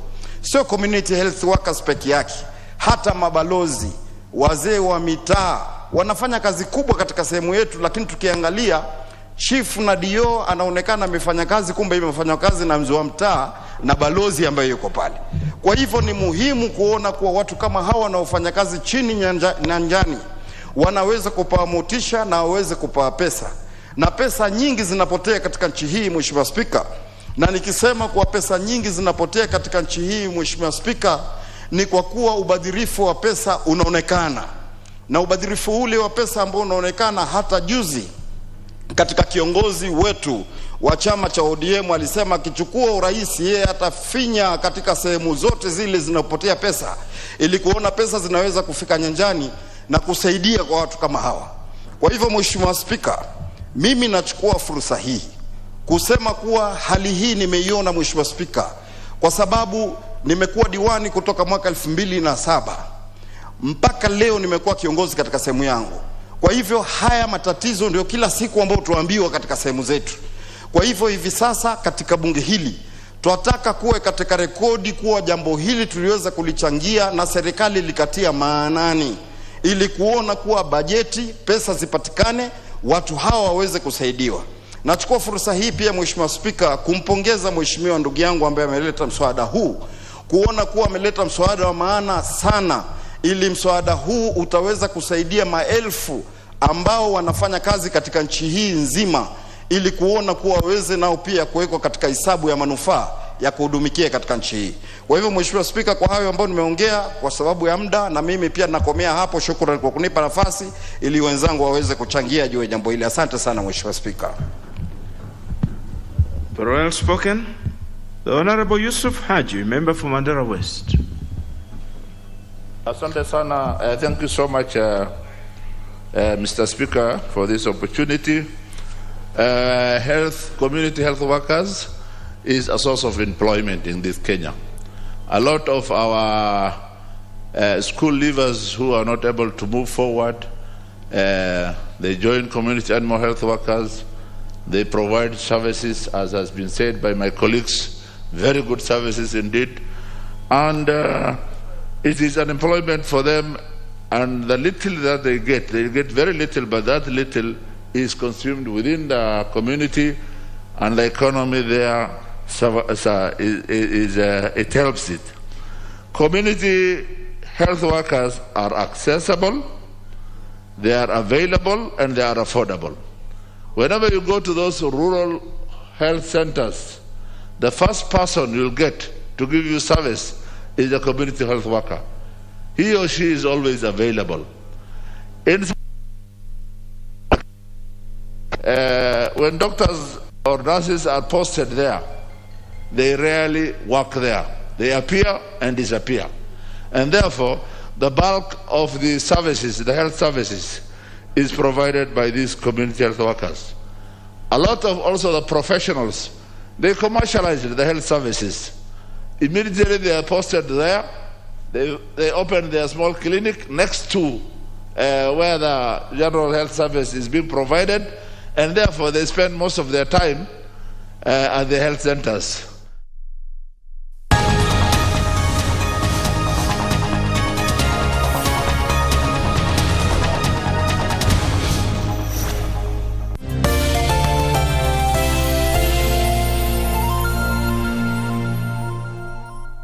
Ili kupata skiza tuni hii ya mtu ni watu, bonyeza *811 *961#. Mungu akitaka kukubariki atatumia watu. Maombi yako akitaka kuyajibu atatumia mtu. Hauwezi ukakaa maisha ya kujitenga. Hapana, sababu unahitaji watu. Angalia, toka nje, wacha kukaa peke yako. Toka